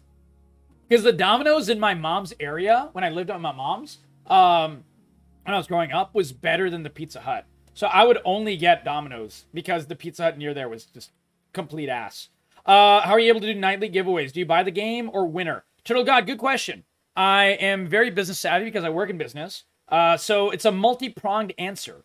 The way I'm able to do giveaways every time we hit 40 concurrent viewers is I buy a lot of bundles on bundle sites with a lot of keys. Not on Twitch. Oh no, you did it correctly. Snoozy, you typed into chat ! join. That part is correct. Now you have to go to the AMA channel and make sure you put in any question here. And that is it. Those are the only requirements for joining the giveaway. Normally, you don't have to do the question thing at all. But because we're filming the AMA, I needed questions, so I made that a requirement for now. So that is how it works. And we're going to close the second giveaway in just a couple minutes, by the way. All of our lovely, lovely friends. Meteor Hats, how was your night, by the way? Hope you had an amazing, amazing stream, and thank you again for the raid. You can give your raid, Sunnyside and Meteor Hats to anyone you chose me. Thank you from the bottom of my heart. And I hope you guys are having a beautiful, beautiful night. Also, this is not a requirement to join the giveaway, but it would make me really happy if you're able to go to that YouTube channel and sub to that YouTube. You will be able to see some of our awesome YouTube content. We have literally 49 videos. Upcoming 50th video tomorrow. It'll be awesome. Yeah, Sunnyside. We love Sunnyside. He's an amazing human being. I give Sunnyside lots of love on anytime I see him on a league, wishing him best of luck in his games and stuff as well. He's just a great guy, fantastic content creator, good friend of mine. I've known Sunnyside for a couple of years, so always amazing to see them, and means the world to have them in here, for sure. Love them dearly as well, Snoozy. Absolutely. But yeah, that's Turtle God bundles, and also a lot of content creators. When they make money on Twitch, they spend it on other stuff. When I make money on Twitch, I either spend it on meds for my mom, and whatever's left over, I put back in the stream. Either via buying emote commissions or, you know, something like that. Or the YouTube videos now, editing, because I can't edit myself, so I buy that. You know, help with editing. That's how I'm able to post so many videos. And also the giveaways. So those are the only things I spend any of my Twitch money on. So that's how I'm able to afford it. I just put all of the money I make on Twitch right back into the community, essentially. That's it. that's how Turtle got. Sound like it'd be amazing on a podcast? Thank you, my friend. I've actually done like guest spots on some podcasts, small friend podcasts and stuff like that. And I would like to start one someday, but I know that has a lot of work. So that's why I did the YouTube as well. So maybe if I do start a podcast, Snoozy, I would name it I Can Do This All Day, because corgis and Captain America are my two very favorite things. And so that's why I'm named Cap Corgi. And I think it would just thematically work. And also, technically, I can do this all day. So, if I didn't have work. God of Law, spiciest food I've eaten. Oh, man. Okay, the spiciest good food I've eaten, God of Law, was a place. It was called Nitally's. Nitallys. And it's in the Tampa Bay area. They closed down during COVID, which was very sad. But they were a mix of Mexican food and Thai food, which are two already of the spiciest cuisines you can find. And they mixed the two, and they were famous for their spiciness. But the food was so tasty. It was actually insane. Like, if you go there and you order medium, your eyes will be burning. You have to go there and order white mild.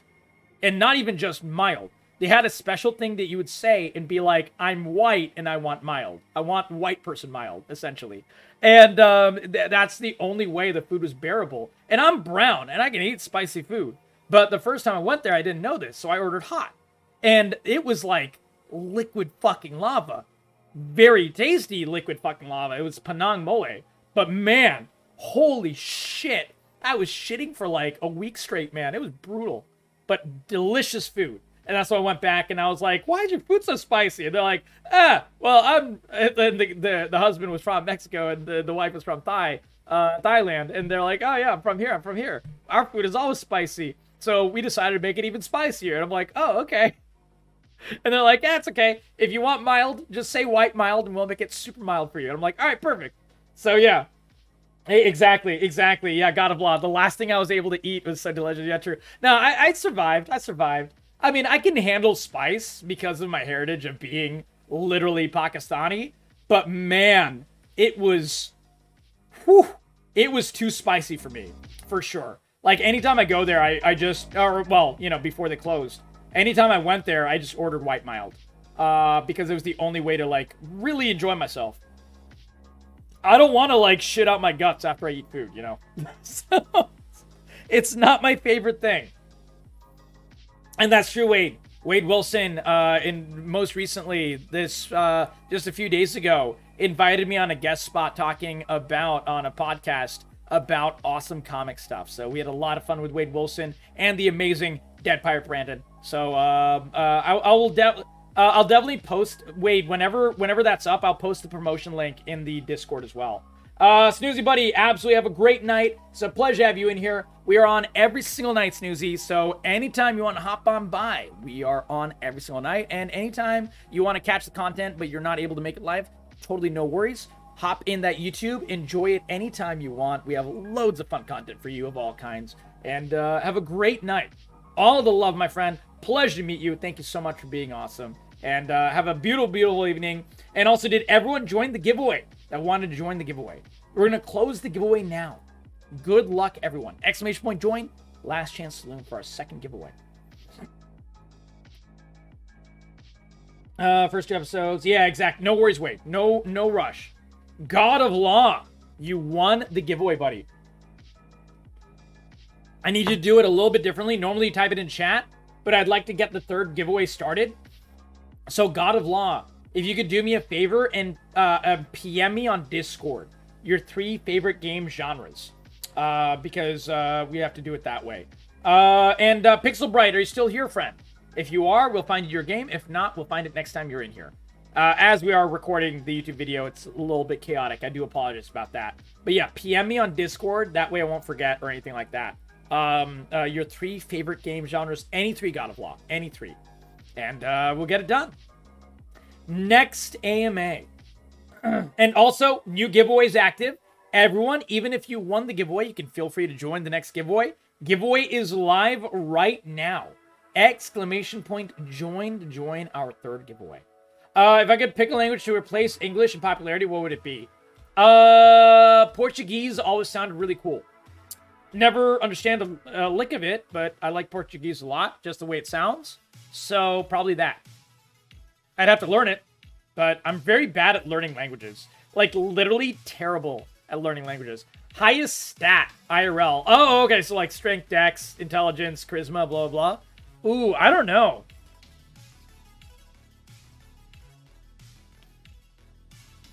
I'm not sure. I would say, like, higher stats is wisdom, because I'm very self-reflective.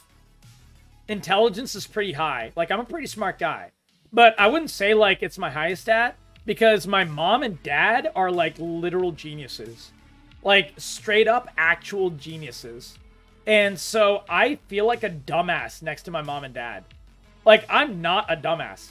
I just feel like one next to them.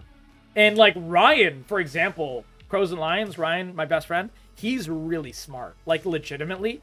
Don't tell him I told him that. Actually, I'm kidding. I always tell him all the time that he's smart. He's legitimately one of the smartest people I know. He's crazy intensely smart. I would say either charisma or wisdom.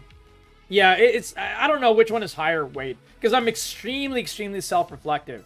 And the charisma, by the way, Wade, like, I didn't used to be charismatic at all. I used to be introverted to the point, and this is when I was a kid, I only started to be a little bit more extroverted in high school.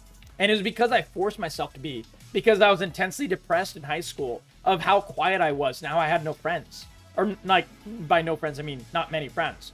And so, as a result, I forced myself slowly and surely to talk to more and more people. Like, I would literally, like, smack myself if I didn't talk to 3 new people a day. Or something like that. Like, I literally forced myself to talk more. And that is why I'm so talkative now. And I am the quintessential faked it until I made it. Like, no lie. I'm not memeing, I'm not lying. This is exactly what I did. And it was because I hated how alone I was. So yeah, charisma is like a learned stat, Wade, for me. It's not even like a natural stat. It was a learned stat. It's very odd. But yeah, that's why I would say, like, maybe wisdom over charisma. Because I had to learn how to be more charismatic. I'm also, like, really dexterous.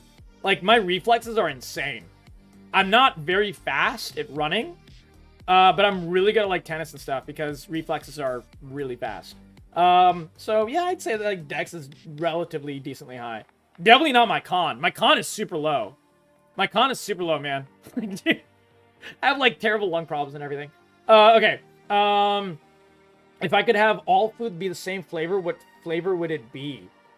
Oh. Ooh. Indian food. Indian food or Thai food. Basically. That's my favorite. Those are my favorite cuisines, God of Law. I love really flavorful, savory food. I don't like sweets. I mean, I don't dislike sweets, but I don't search out sweets. But really, really good Thai food. Really, really good Indian food. Top-notch. I'll eat anything. I love good burgers, good meat in general, savory, good meat, steaks, things like that. That's my favorite. So I know that's a little bit of cop-out because I just named multiple flavors, but I can't make it any tighter than that. I'm so sorry. I tried. Gaelic, you're gonna have an awful time learning a new language. Everyone else does it too. Yeah, exactly, Wade. That's true. That's true. Took a Latin in high school as a shortcut. There you go. That's smart, God of Law. That's awesome. Also, Latin is like super interesting and useful. My 3 game genres if I ever won my own giveaway. Ooh, I would choose RPG. I love all games, but RPG. I'm not really picky with RPGs. I just like good ones. So, there's a lot of good RPGs out there. Roguelikes and strategy. Strategies are a little bit more rare to find good ones. So yeah, I would say those 3 would be my game genres if I ever won my own giveaway, which I won't, but if I had to choose, I would say those 3. But I play everything. I love way too many games. Which weapon is my favorite and why is it the PPSH? It's the PPSH. Straight up. In Escape from Tarkov, Julian knows.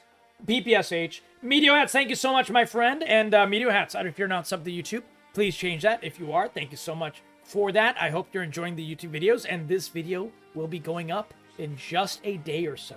It's my 50th video. And a countless more. I'll keep making them as long as I possibly can. They are expensive and busy as hell. They take a lot of time, but I do love doing them. If you ever play Kingdom Hearts, would you choose to have a shield, staff, or keyblade to use in real life? Shield. Shield because Captain America is my favorite character. I love shields. Shields are really, really cool. And I like throwing a shield. I would love to be able to use it and throw it at people. I'm not even kidding. Straight up a Captain America shield. God of Law. Easy question. You're asking some really good questions. I love these questions. What percentage of what I learned in grade school do you think we've retained to this day? Oh,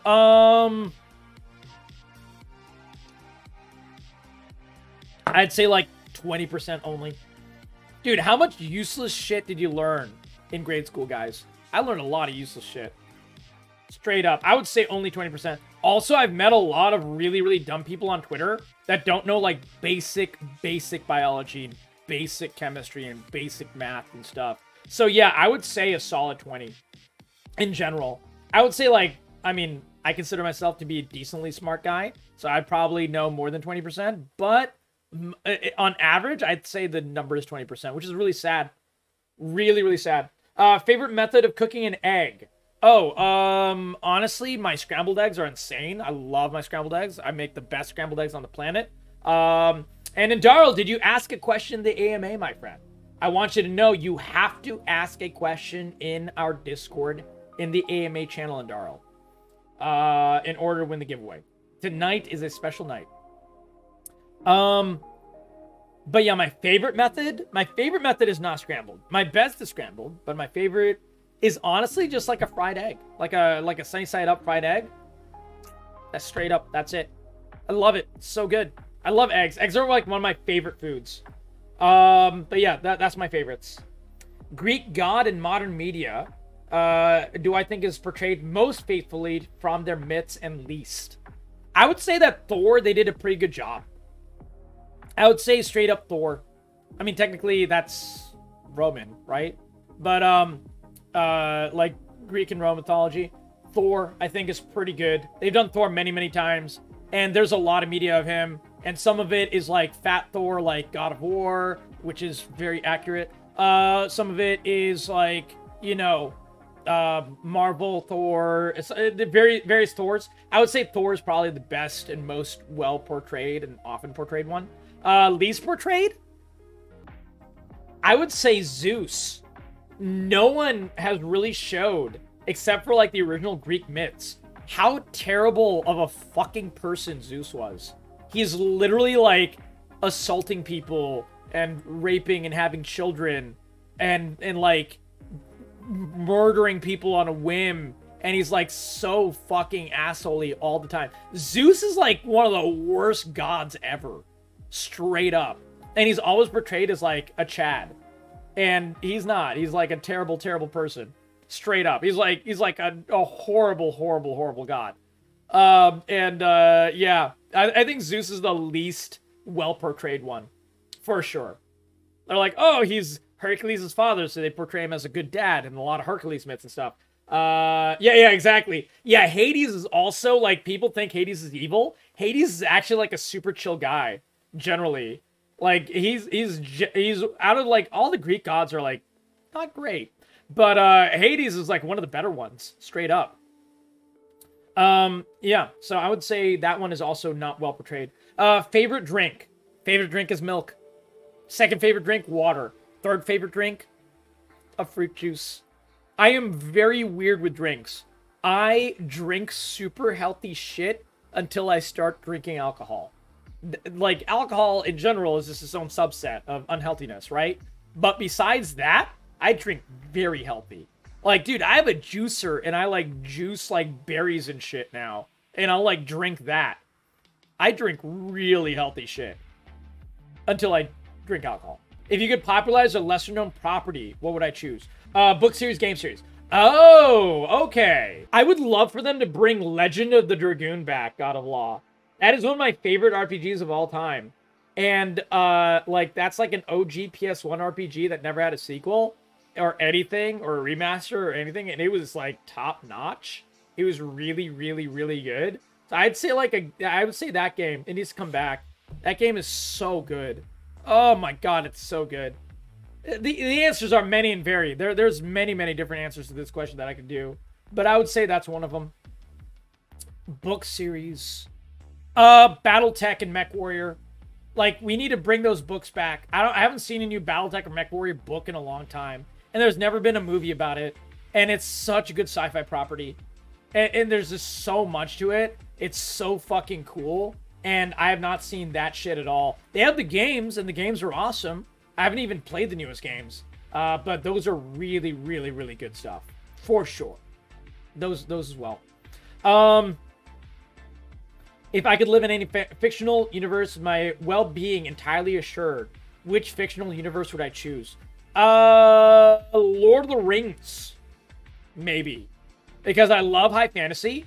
And I would live with the dwarves and the hobbits in equal measure. Because the hobbits know how to party, and, like, everyone didn't realize how good the hobbits had it. They just love to live life and be happy and stuff.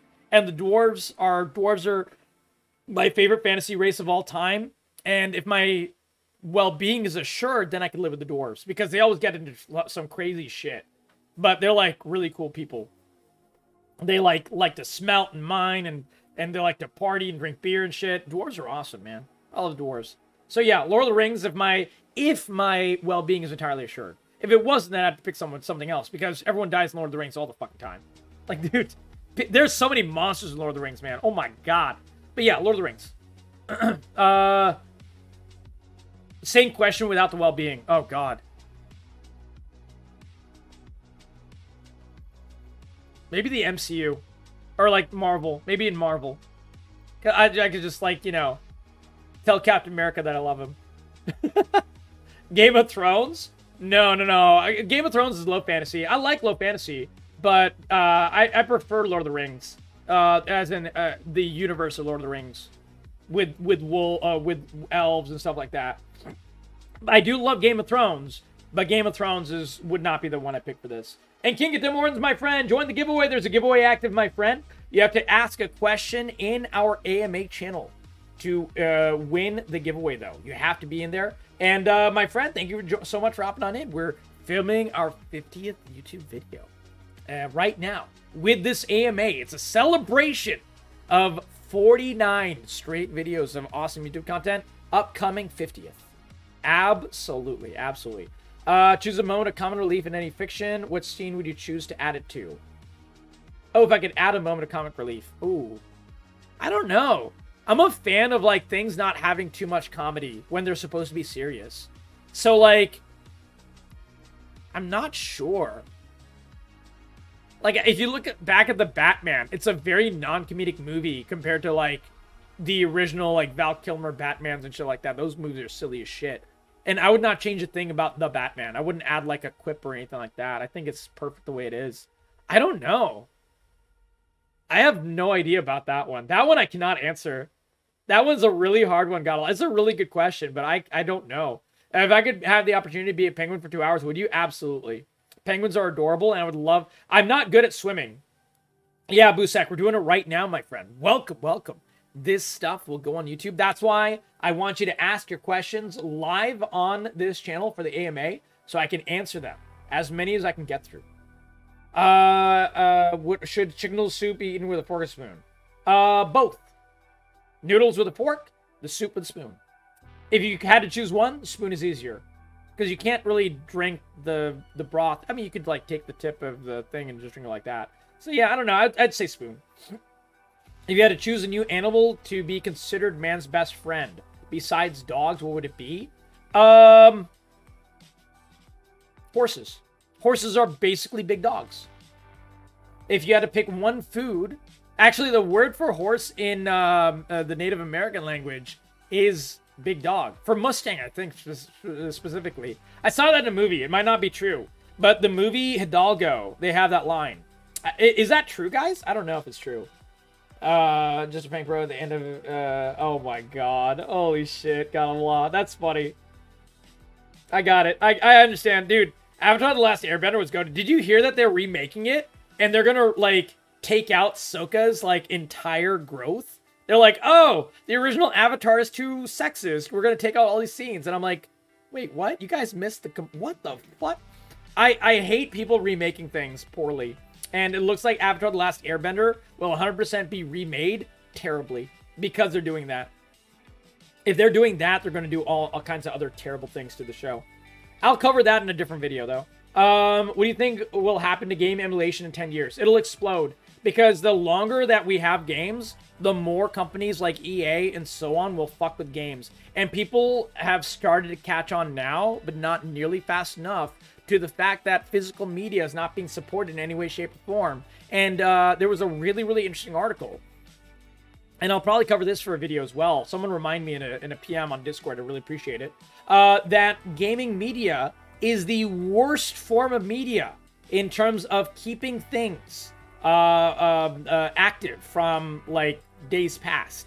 You have a lot of old repositories of old movies and old books and even old plays and radio plays and things like that.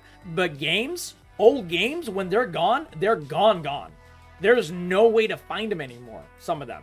And it's really, really sad. It's like 90% of old games are completely gone for all time. And part of it is on purpose by game companies. It's really fucking terrible. Really, really, really horrible. So, yeah, I think game emulation will speed up because people are starting to catch on that that they are going to run out of those games at some point. Okay.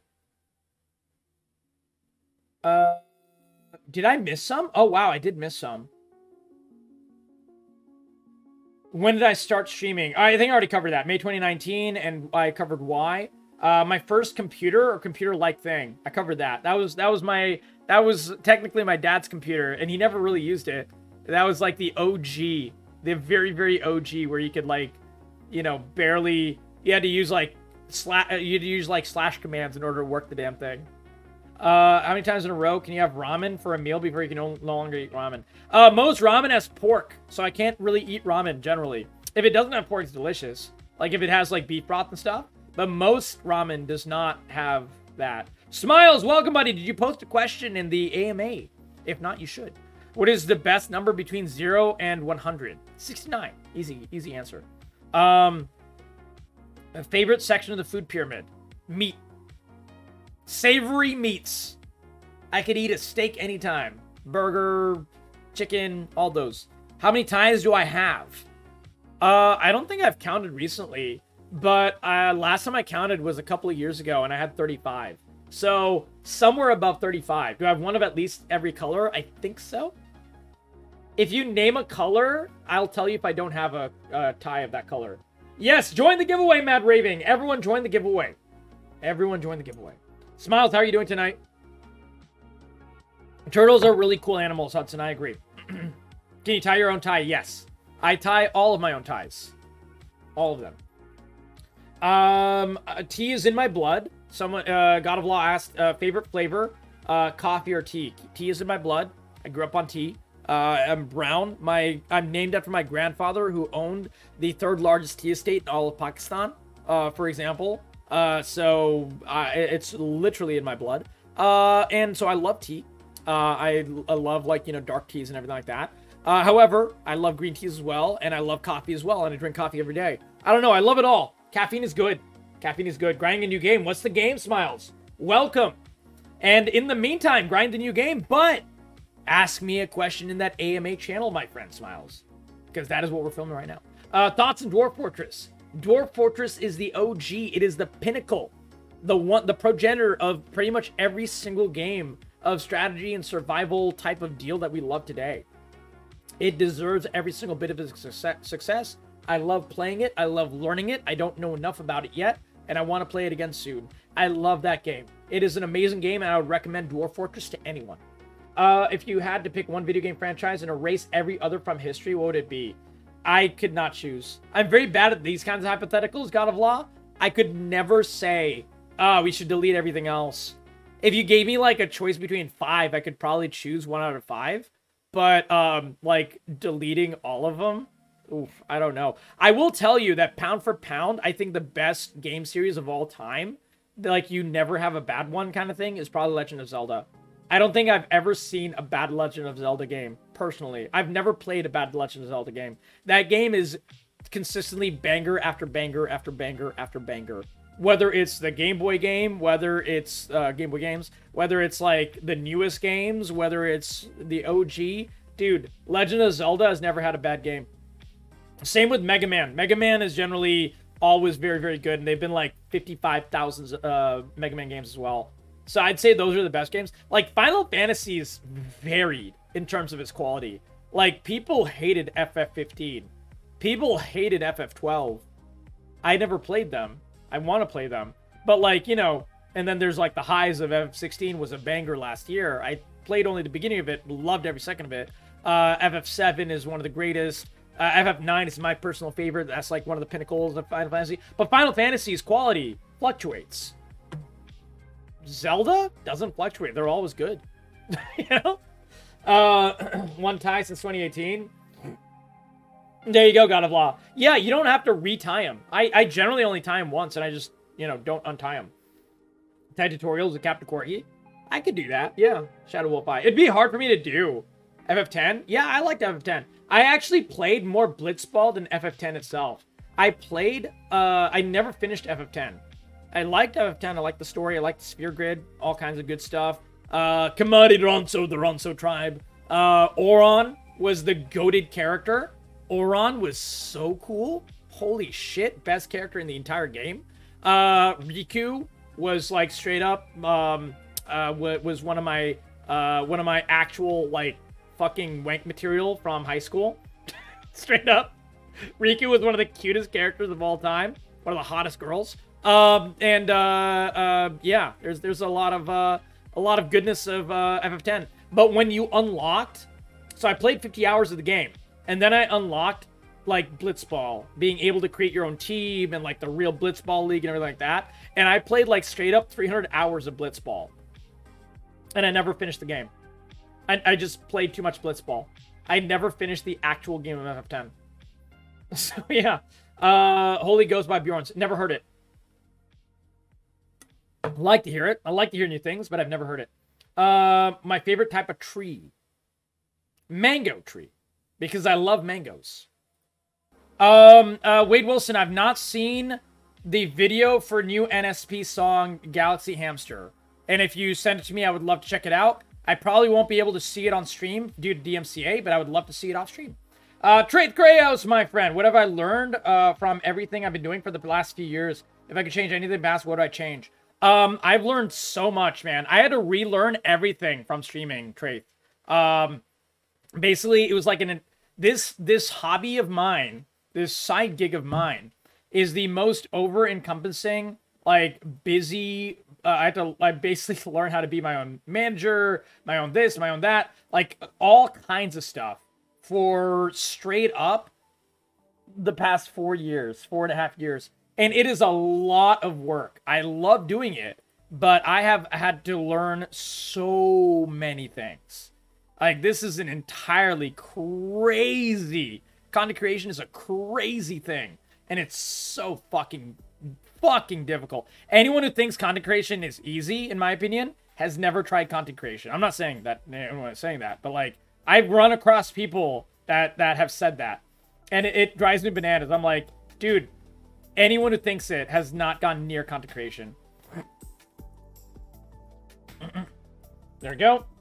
So yeah, I couldn't really answer. It's like, what have I learned? I've learned a billion, literally a billion different things.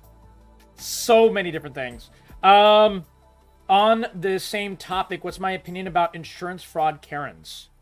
What? I don't know what that means. Purple Grande, are you still here? What is insurance fraud Karens? Is it Karens who commit insurance fraud? If so, they belong in jail. I don't know. Are vampires or liches cooler? Vampires. Vampires are awesome. I love vampires. I love vampire lore. I love any show with vampires. I love any movie with vampires. Liches are, I guess, more unique. So vampires are kind of ubiquitous now. Like, there's like a billion different versions of vampire. All the way from original Bram Stoker to, you know, way back the OG lore of like what a vampire might have been. Every single type of religion and belief system out there is some form of vampire, which is really fascinating. So I love learning about those. I love learning about like culture and things like that in general. But I would say like vampires are definitely cooler. But they're both really cool. If I could tell my younger self to pick up a certain hobby, what would it be? Buying and selling cryptocurrency when I was a child. Straight up. I would be a billionaire now. Like, I got into it way too late. Like, you couldn't really make a wrong decision back then, almost. So, yeah, I'd say that. I would love to be a billionaire right now. Would absolutely love it. That'd be great. Wouldn't have to worry about anything. I don't know if that doesn't count or if that counts. If you're talking about, like, a fun hobby, like something that's fun that you can learn and, like, actually do something with, I've tried to learn languages from when I was a kid, and I'm always bad at learning languages. So if I could somehow magically make myself better and able to do it, I would say learning languages is my least good thing that I'm in order to learn. Like, I really regret not being able to learn languages. There's just something in my head where I cannot learn other languages well. Duolingo? I've used Duolingo. It doesn't work on me. Duolingo just yells at me for not getting things right. They literally, like, threaten you. They'll, like, send you a text and be like, I haven't seen you on the app in, like, 5 days. I'm gonna break your kneecaps. Is basically like the message Duolingo will send you. The answer is skateboarding? Oh yeah, there you go, Mr. Busak. Good question though, man. How you doing, Busak? Did you join our third giveaway? I hope so. Exclamation point, join the giveaway. What's on my travel bucket list? I don't have a bucket list. I want to travel everywhere. I love traveling. I want to be able to healthily travel throughout the world again without having to worry about COVID. But I'm not really a bucket list guy. I think that people should have, like, life lists. I think bucket lists are too morbid. I'm weird. I'm very weird with that. Like, I know you don't mean it in a bad way or anything like that. I just don't like to think of it as a bucket list at all, in any way, shape, or form. Anytime one of my friends says bucket list and I'm in, like, within striking distance, I smack them. Like, bitch, make it a life list. Don't make it a bucket list. You're not dying. You're not dying on my watch. I'm not gonna die. Because I read a book when I was a kid. True story. When I was a kid, I read a book called Live Long Enough Until You Can Live Forever. And it was a book talking about, like, medical advancements and how fast our medical advancements are going, to the point that if you live long enough and if you're healthy enough, it was all about being healthy in your current state. If you do that well enough, you could ostensibly hit the point where medical science could allow you to live forever. So basically just be healthy enough for as long as possible, and you might hit that point. And I read that, and my dad read it.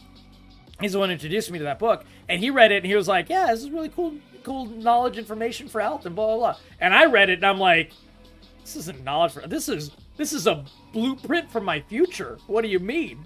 And my dad was like, I don't think you're supposed to take it like that, Corey. And I'm like, you don't understand, Dad. This is a plan. I plan to live long enough until I live forever.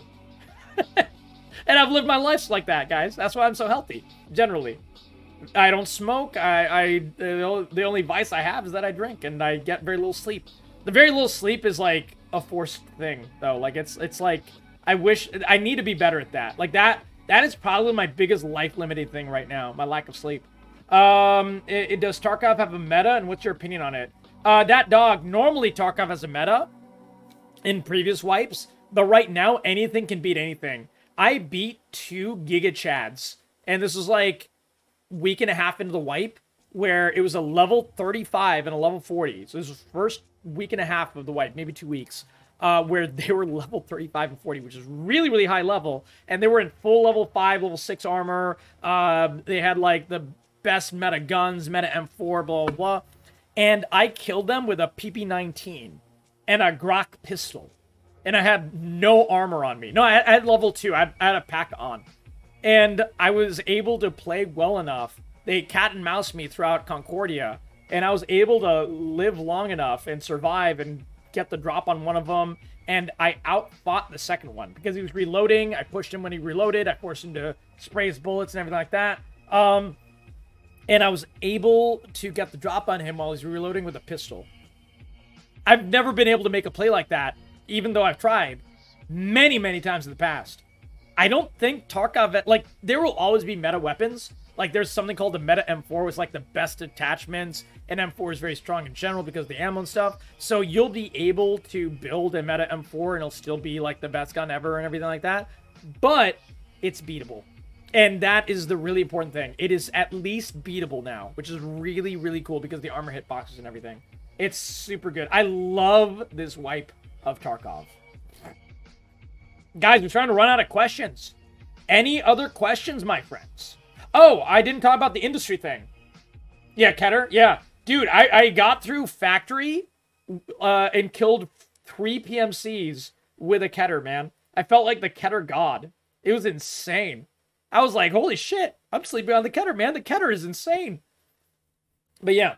Any particular experience, like for me, seeing the Northern Lights? Oh, I have not done that. Yeah, Busak. Actually, no, I've seen the Aurora Borealis that you could see from Alaska. So I have seen that before, and it was gorgeous. But I've never seen it from, like, you know, North Canada and things like that, where you can really see it super clearly and stuff. I saw it from, like, Juneau, Alaska. This was many, many years ago. And it was absolutely gorgeous. I'd like to do that. I'd like to go on an African safari. I've never done that before. That would be really, really cool. I would like to, as in, like, to see animals, not to hunt them. Jesus Christ. One of the worst things that humanity ever thought of was looking at cool animals, like leopards and cheetahs and stuff like that, and trying to kill them for sport. That is one of the worst aspects of humanity ever. There is not a single good thing that comes from that. One of my favorite people on the planet, as a group, there's a group of ladies in Africa that live in like Kenya and so on and so forth, various parts of the where the safaris occur, and they have banded together to hunt down and kill, straight up hunt down and kill any big game hunters that kill endangered species, like rhinos and things like that. They literally just kill them. And I think they're the best people. That is straight up top notch. And it's just like a whole bunch of ladies. It's a whole bunch of African ladies that are just like fed up with this shit. I'm just like, dude, that is legitimately so badass. Like, I would never want that to happen to, like, you know, normal people or anything like that. But, like, dude, big game hunting is like scum of humanity shit. It's like terrible, man. It's terrible for the environment. It's terrible for natural diversity. They're not even like, you know, it's not like they're hunting for food. Like, you know, hunting a deer to eat is different. These guys are big game hunters. They're hunting for sport. They don't give a shit. They're terrible people. It's a little bit of a tirade, but yeah. That I would like to go on a proper looking at cool animal safari. There's a lot of stuff I'd like to see, Busak. There's a lot of stuff. I don't know. There's the world is vast and beautiful and gorgeous and full of amazing, amazing things. So while I just talked about something that was really shitty, there's like an infinite number of good things. Like, one of my favorite things to do that I used to do was I would just get on a train and just take it to a random place and just explore a new city. I love that. Like, even in America and in Europe, I would do that and stuff. Like, I've done that before. It's so fun. Immersing yourself in a new culture. Just enjoying people. Eating their food. Talking to them. I don't know. It's one of my favorite things, Busak. Straight up. Like, I like the very simple things like that. I want to go to Mecca and you're not even Muslim? Oh, yeah. Mecca is gorgeous. I've not been to Mecca. I've definitely not been to Mecca. Because, like, Muslims are supposed to go there once in their life. And it's like, when you don't owe anyone anything, there's like a whole bunch of rules to it. And So I have to wait before I can do that. But definitely very, very cool thing. And it's a gorgeous place. Busak is very, very, very full all the time. So I would say go in the off season because there's a specific time of the year. It's based on lunar calendar Busak where you're supposed to go and make the pilgrimage. So if you should go when that's not a thing, which is most of the year. So yeah, definitely I recommend going when it's not a thing and enjoy it and let me know what you think. I mean, dude, my culture there are many parts that are amazing.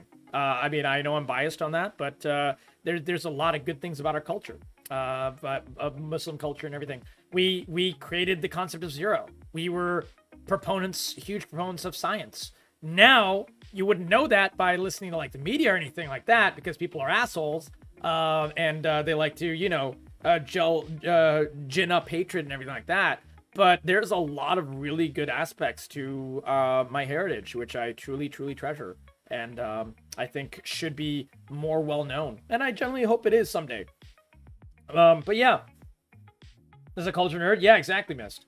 Being a culture nerd is really, really fun. Like, there's so many beautiful cultures. I don't think I've seen a culture that I don't like. Like, there's at least something I like about every culture. The major question that was asked that I actually took a break from before I had to go pee, I'd never answered the question. What is a gaming industry practice that I would get rid of if I could? I mean, so many. Basically, anything that takes us advantage. Because right now, we're in an era of gaming where it is extremely popular and common to make games that just take advantage of gamers. Either through microtransactions, or battle passes, or FOMO, or straight up gambling, loot boxes. I mean, the list goes on and on and on. And it pisses me off. It burns me up inside. And I've talked about it many times on stream. And I've even made a couple of YouTube videos about it. And I've not really gone like super in depth about like the fall of gaming in certain ways. Because I don't want to be a doomer. I think gaming is in generally a really, really good place right now. Even with all the firings and everything like that. But that's for different reasons. I think that gaming is generally in a very good place. Especially with the rise of indie games. But that is a terrible gaming practice. It still occurs. Games as a service in general, a lot of times are huge scams. I would personally, if I could just wave a magic wand, get rid of it all. Just get rid of all kinds of scams in gaming. All kinds of microtransactions. All kinds of large gaming companies buying up smaller ones to strip them for parts. That shit is something that a lot of people don't talk about. I'd like to make a very in-depth YouTube video about that. Namely, putting in the crosshairs Embracer Group. I don't know if you guys have heard of Embracer Group. You should look it up. I will definitely talk about it. But man, this shit happens a lot. And it's really, really sickening. So many game companies have been dissolved from the face of the earth by a large publicly held gaming company doing a merger and acquisition, taking a good gaming company, stripping it for like, you know, a certain piece of software or a couple of people that work in it or whatever, taking the talent or whatever, and then destroying the gaming company that was originally there. It's really, really fucking bad. So yeah, there's a lot. Rubber, yeah. It's the favorite B-movie horror? Rubber, yeah. Rubber is insane. It's about a haunted tire. It's haunted by like the spirit of some kind of like serial killer or something. And it goes around and runs over people. And that's how it kills them. It was art. Definitely Rubber. Top tier movie. Top tier movie. Oh my god, it's so stupid. It's so good. You know what I heard was recently very good, Dat Dog? I've not seen it yet. But I heard the oh god, what was it called? It was the Nicolas Cage movie where he's basically in like a haunted Chuck E. Cheese. Teeth freak me out.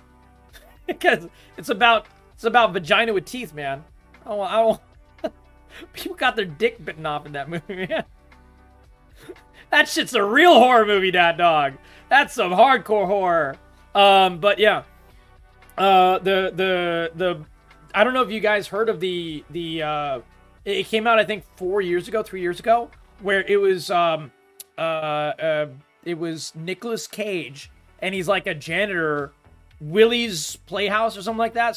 Willy's Funhouse, Willy's Wonderland. That's it. Yeah, Willy's Wonderland. I heard that movie was really good.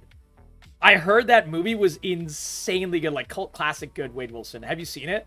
I have not seen it yet, but that's one I want to watch. Like, I heard that movie was amazing. Yeah, I heard it was like a lot of fun. Yeah, he's a drifter working for repairs on his car. Yeah, exactly. He doesn't speak once the entire movie. Yep. And it had like all the tropes, but they were like, you know, tongue-in-cheek, poking fun at it and everything like that. And it was made in good humor, and everyone was happy with it and everything. Like, I love that kind of movie. It's so much fun. Yeah, exactly. I love those kinds of B-movies where they're really into it. They know they're making a B-movie. They're super into it. They want to make it fun. They want to make it enjoyable. Like, the first 2 or 3 Sharknadoes were like that, where they know they're making like this cheesy shit movie, and they're just going to goof off throughout the entire thing and have a good time. And it shows in the making of it. And a lot of times, like, the first 3 Sharknado movies are enjoyable movies. They're not good movies. They're enjoyable movies. And I do not mind that. I love those movies. However, every Sharknado after 3 was like, they realized they had some money on their hands. So they tried to get that bag and so on and so forth. And they kind of lost the soul of what they're doing. And they're like, man, this is like a quintessential experience of someone losing the plot with a good series like this.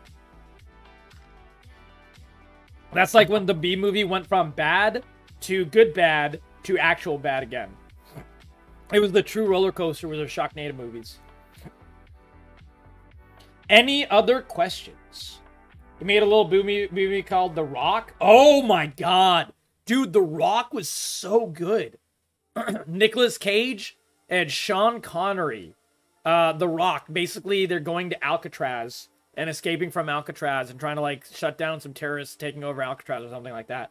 It was such a good movie. That was, like, Michael Bay at his peak, Julian. Michael Bay at his peak. I think that's why people started to really like Michael Bay. Because of The Rock. I'm pretty sure. It was like that, and, like, I think it was, like, the original Bad Boys and stuff as well. Wait, was it Bad Boys? I don't think he made Bad Boys, did he? Shit. I think he made Bad Boys. Armageddon, yeah, Armageddon as well, yeah. He made Rock and Armageddon, like, really close to each other.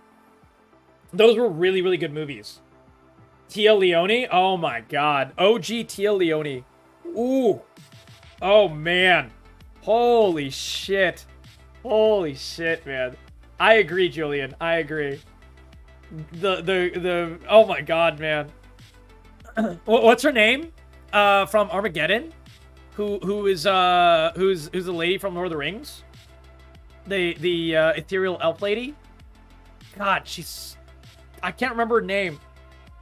Yeah, Arwen. No. I meant the... Yeah, Liv Tyler. Jerry Bruckheimer made Bad Boys. You're right. I'm so sorry. Yeah, I got that mixed up.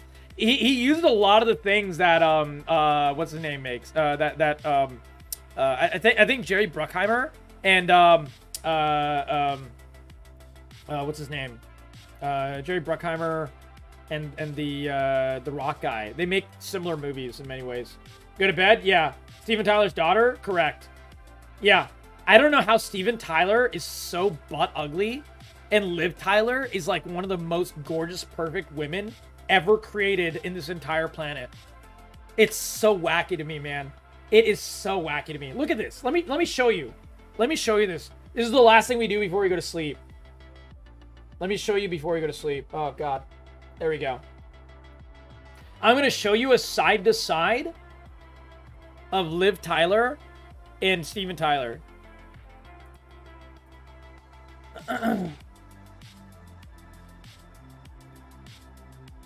Okay.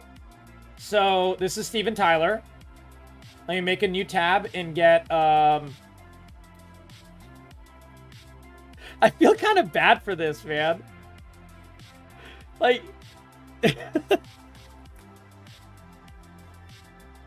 I feel kind of bad. I don't feel bad enough to stop, but I feel a little bad. Who's Liv Tyler's mom? Does anyone know?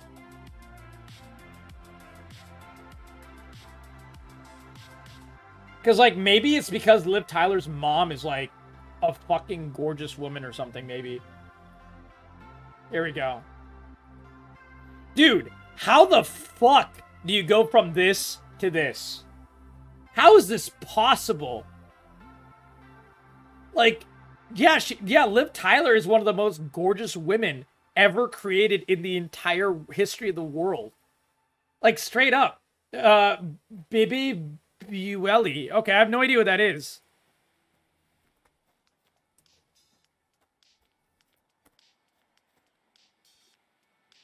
Wait, this?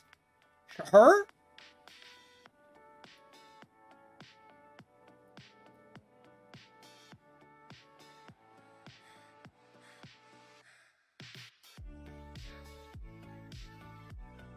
I don't see it. Okay, I kind of see it here. Huh. Because they're looking... Okay, I mean, well, this is them when they had when they had Liv Tyler.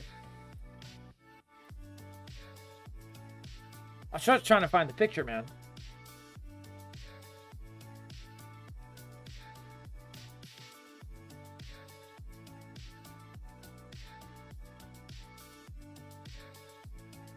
Dude. Yeah. Okay. The mom is pretty cute. But like she took like the best part of the jaw. Liv Tyler took like the best part of the jaw from Steven Tyler and none of the other bad parts at all. Like none of it. Straight up. Her nose is like a precise mix of both of them. So her nose is like nice and like, you know, perfectly made and everything. Like, dude, she's fucking gorgeous. Her mom is pretty, at least when she had Liv Tyler. But man, it's not even close. Like, she's pretty. Liv Tyler is straight up goddess level. Yeah, like pre-drugs, he wasn't the freak show that he is now, just that mouth. I mean, he wasn't a looker either, though. Like, I agree with you, Wade. Like, definitely drugs fucked him up. So that second picture was him completely fucked up on drugs, right? Agreed. However, even at the time, Steven Tyler is really not a handsome guy in any way, shape, or form. I would not give him, like, any level of handsomeness at all. He was always a walking caricature. Exactly, Julian. But, like, they produced Liv Tyler. And oh my god, Liv Tyler is like I said, she's Arwen. She embodies the ethereal elven beauty of Arwen. How many women could pull that off, chat? What other woman? If Arwen was replaced, if Liv Tyler was replaced as Arwen by anyone else, give me a single name that could possibly do it. I think Sydney Sweeney now. She's very, very gorgeous, and she's a good actress. I think she could do it. But, like, I can't think of another one. One that plays the other elf?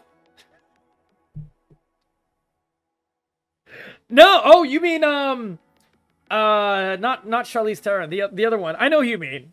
I don't think so. The Aussie one? I don't think so. I don't agree. Lord of the Rings trilogy? Yeah, I heard they are. Yeah, we'll go to sleep. This is the last thing we're covering tonight. No worries, Wade. You have a great night. Oh, did everyone join the giveaway? I gotta close the third giveaway. God of Law, are you still in here, my friend? Because you did win the second giveaway. We can find those games now. Sorry, I gotta clear out my eyes. Dude, this AMA was a banger. Did you guys have fun? I had so much fun with this. Don't forget to watch Galaxy. I'm sure I will. I will definitely watch it. Eld King is Rob Schneider's daughter. Who's that? I don't know who Eld King is.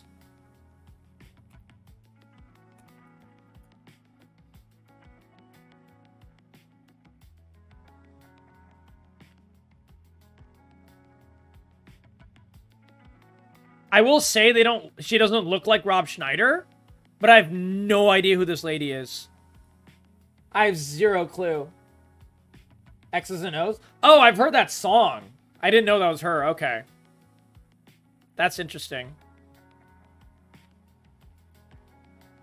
Yeah, I definitely know the song.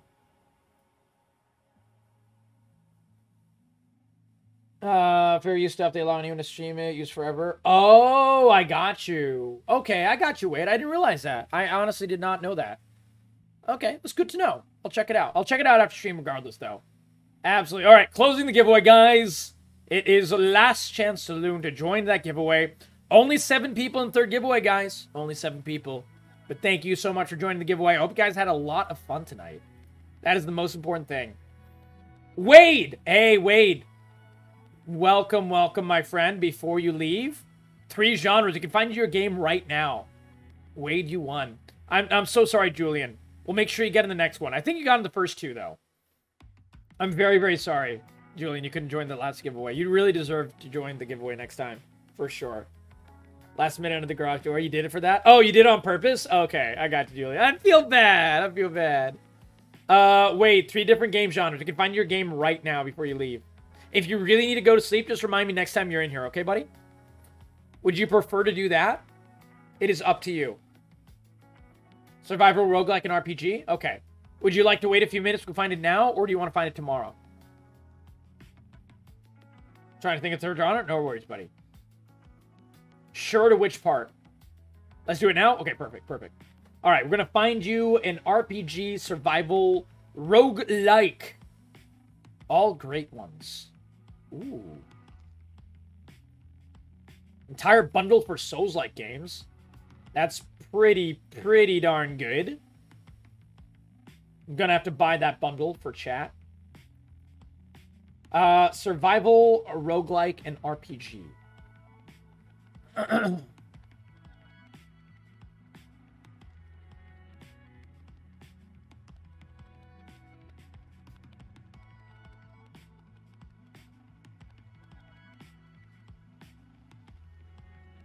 Ooh.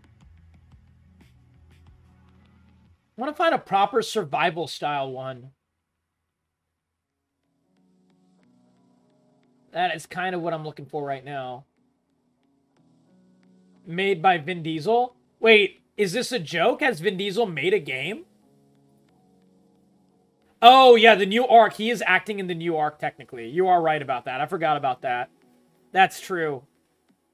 I didn't even think of that.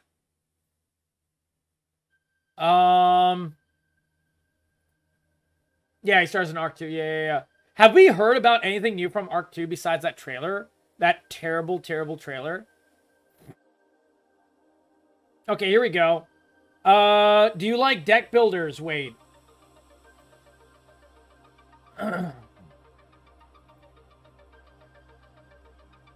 Okay.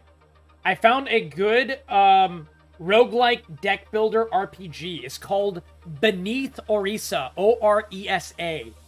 Beneath Orisa is a roguelike deck builder. Takes you deep within the city to confront your foes. As a strategist, choose your cards, upgrades, and artifacts wisely. But as a fighter, turn their positioning as well to your advantage. So it has like a bit of a fighting mechanic as well. It's not like, you know, spamming buttons fighting. But it's like different style. You can choose your hero, you can choose your companion, you can choose your cards. Dive into Orisa and face many perils and fast-paced missions. Beneath Orisa is a fighting, roguelike deck builder. Deep within the city, you can confront your foes in real tactical arenas. As a strategist, you choose your cards, artifacts, and upgrades wisely. But as a fighter, keep your distance with foes, engage them at the right moment, and turn their positioning to your advantage. With several factions, many heroes with unique abilities, daily missions even, unique game mechanics, and more. This furious combination of roguelike and tactics and RPG will lead you deep beneath Orisa. Sounds interesting? Good. Is that a W? It looks really good. And it has this like awesome cel-shaded graphics as well. It looks really good. Let's do it. Excellent. Congratulations. I'm glad we could find you a game right before you go to sleep. Perfect timing, my friend, as always. As always. There you go, buddy. There you go. Beneath Orisa. Oh my god. You're such a goofball, Julian. You take care, my friends.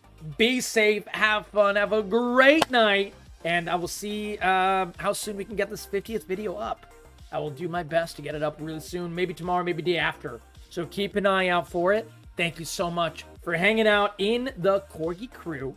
And again, share the YouTube with your friends. We are on the road to 1,000 subscribers on YouTube, which will get us monetized there.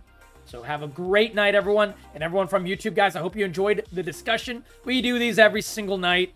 All kinds of fun stuff. I talk during any gameplay. I showcase new games, we showcase old games. We talk about all kinds of fun stuff. Talk about gaming news. And we play loads and loads of games together, multiplayer and in single player of all kinds. So hop on over to Cap Corgi on Twitch. And definitely, if you enjoyed the vibes at the very end of the video, drop a follow or a subscription on YouTube, as it says. And get those notifications active, because we'll be posting up every single night that I can.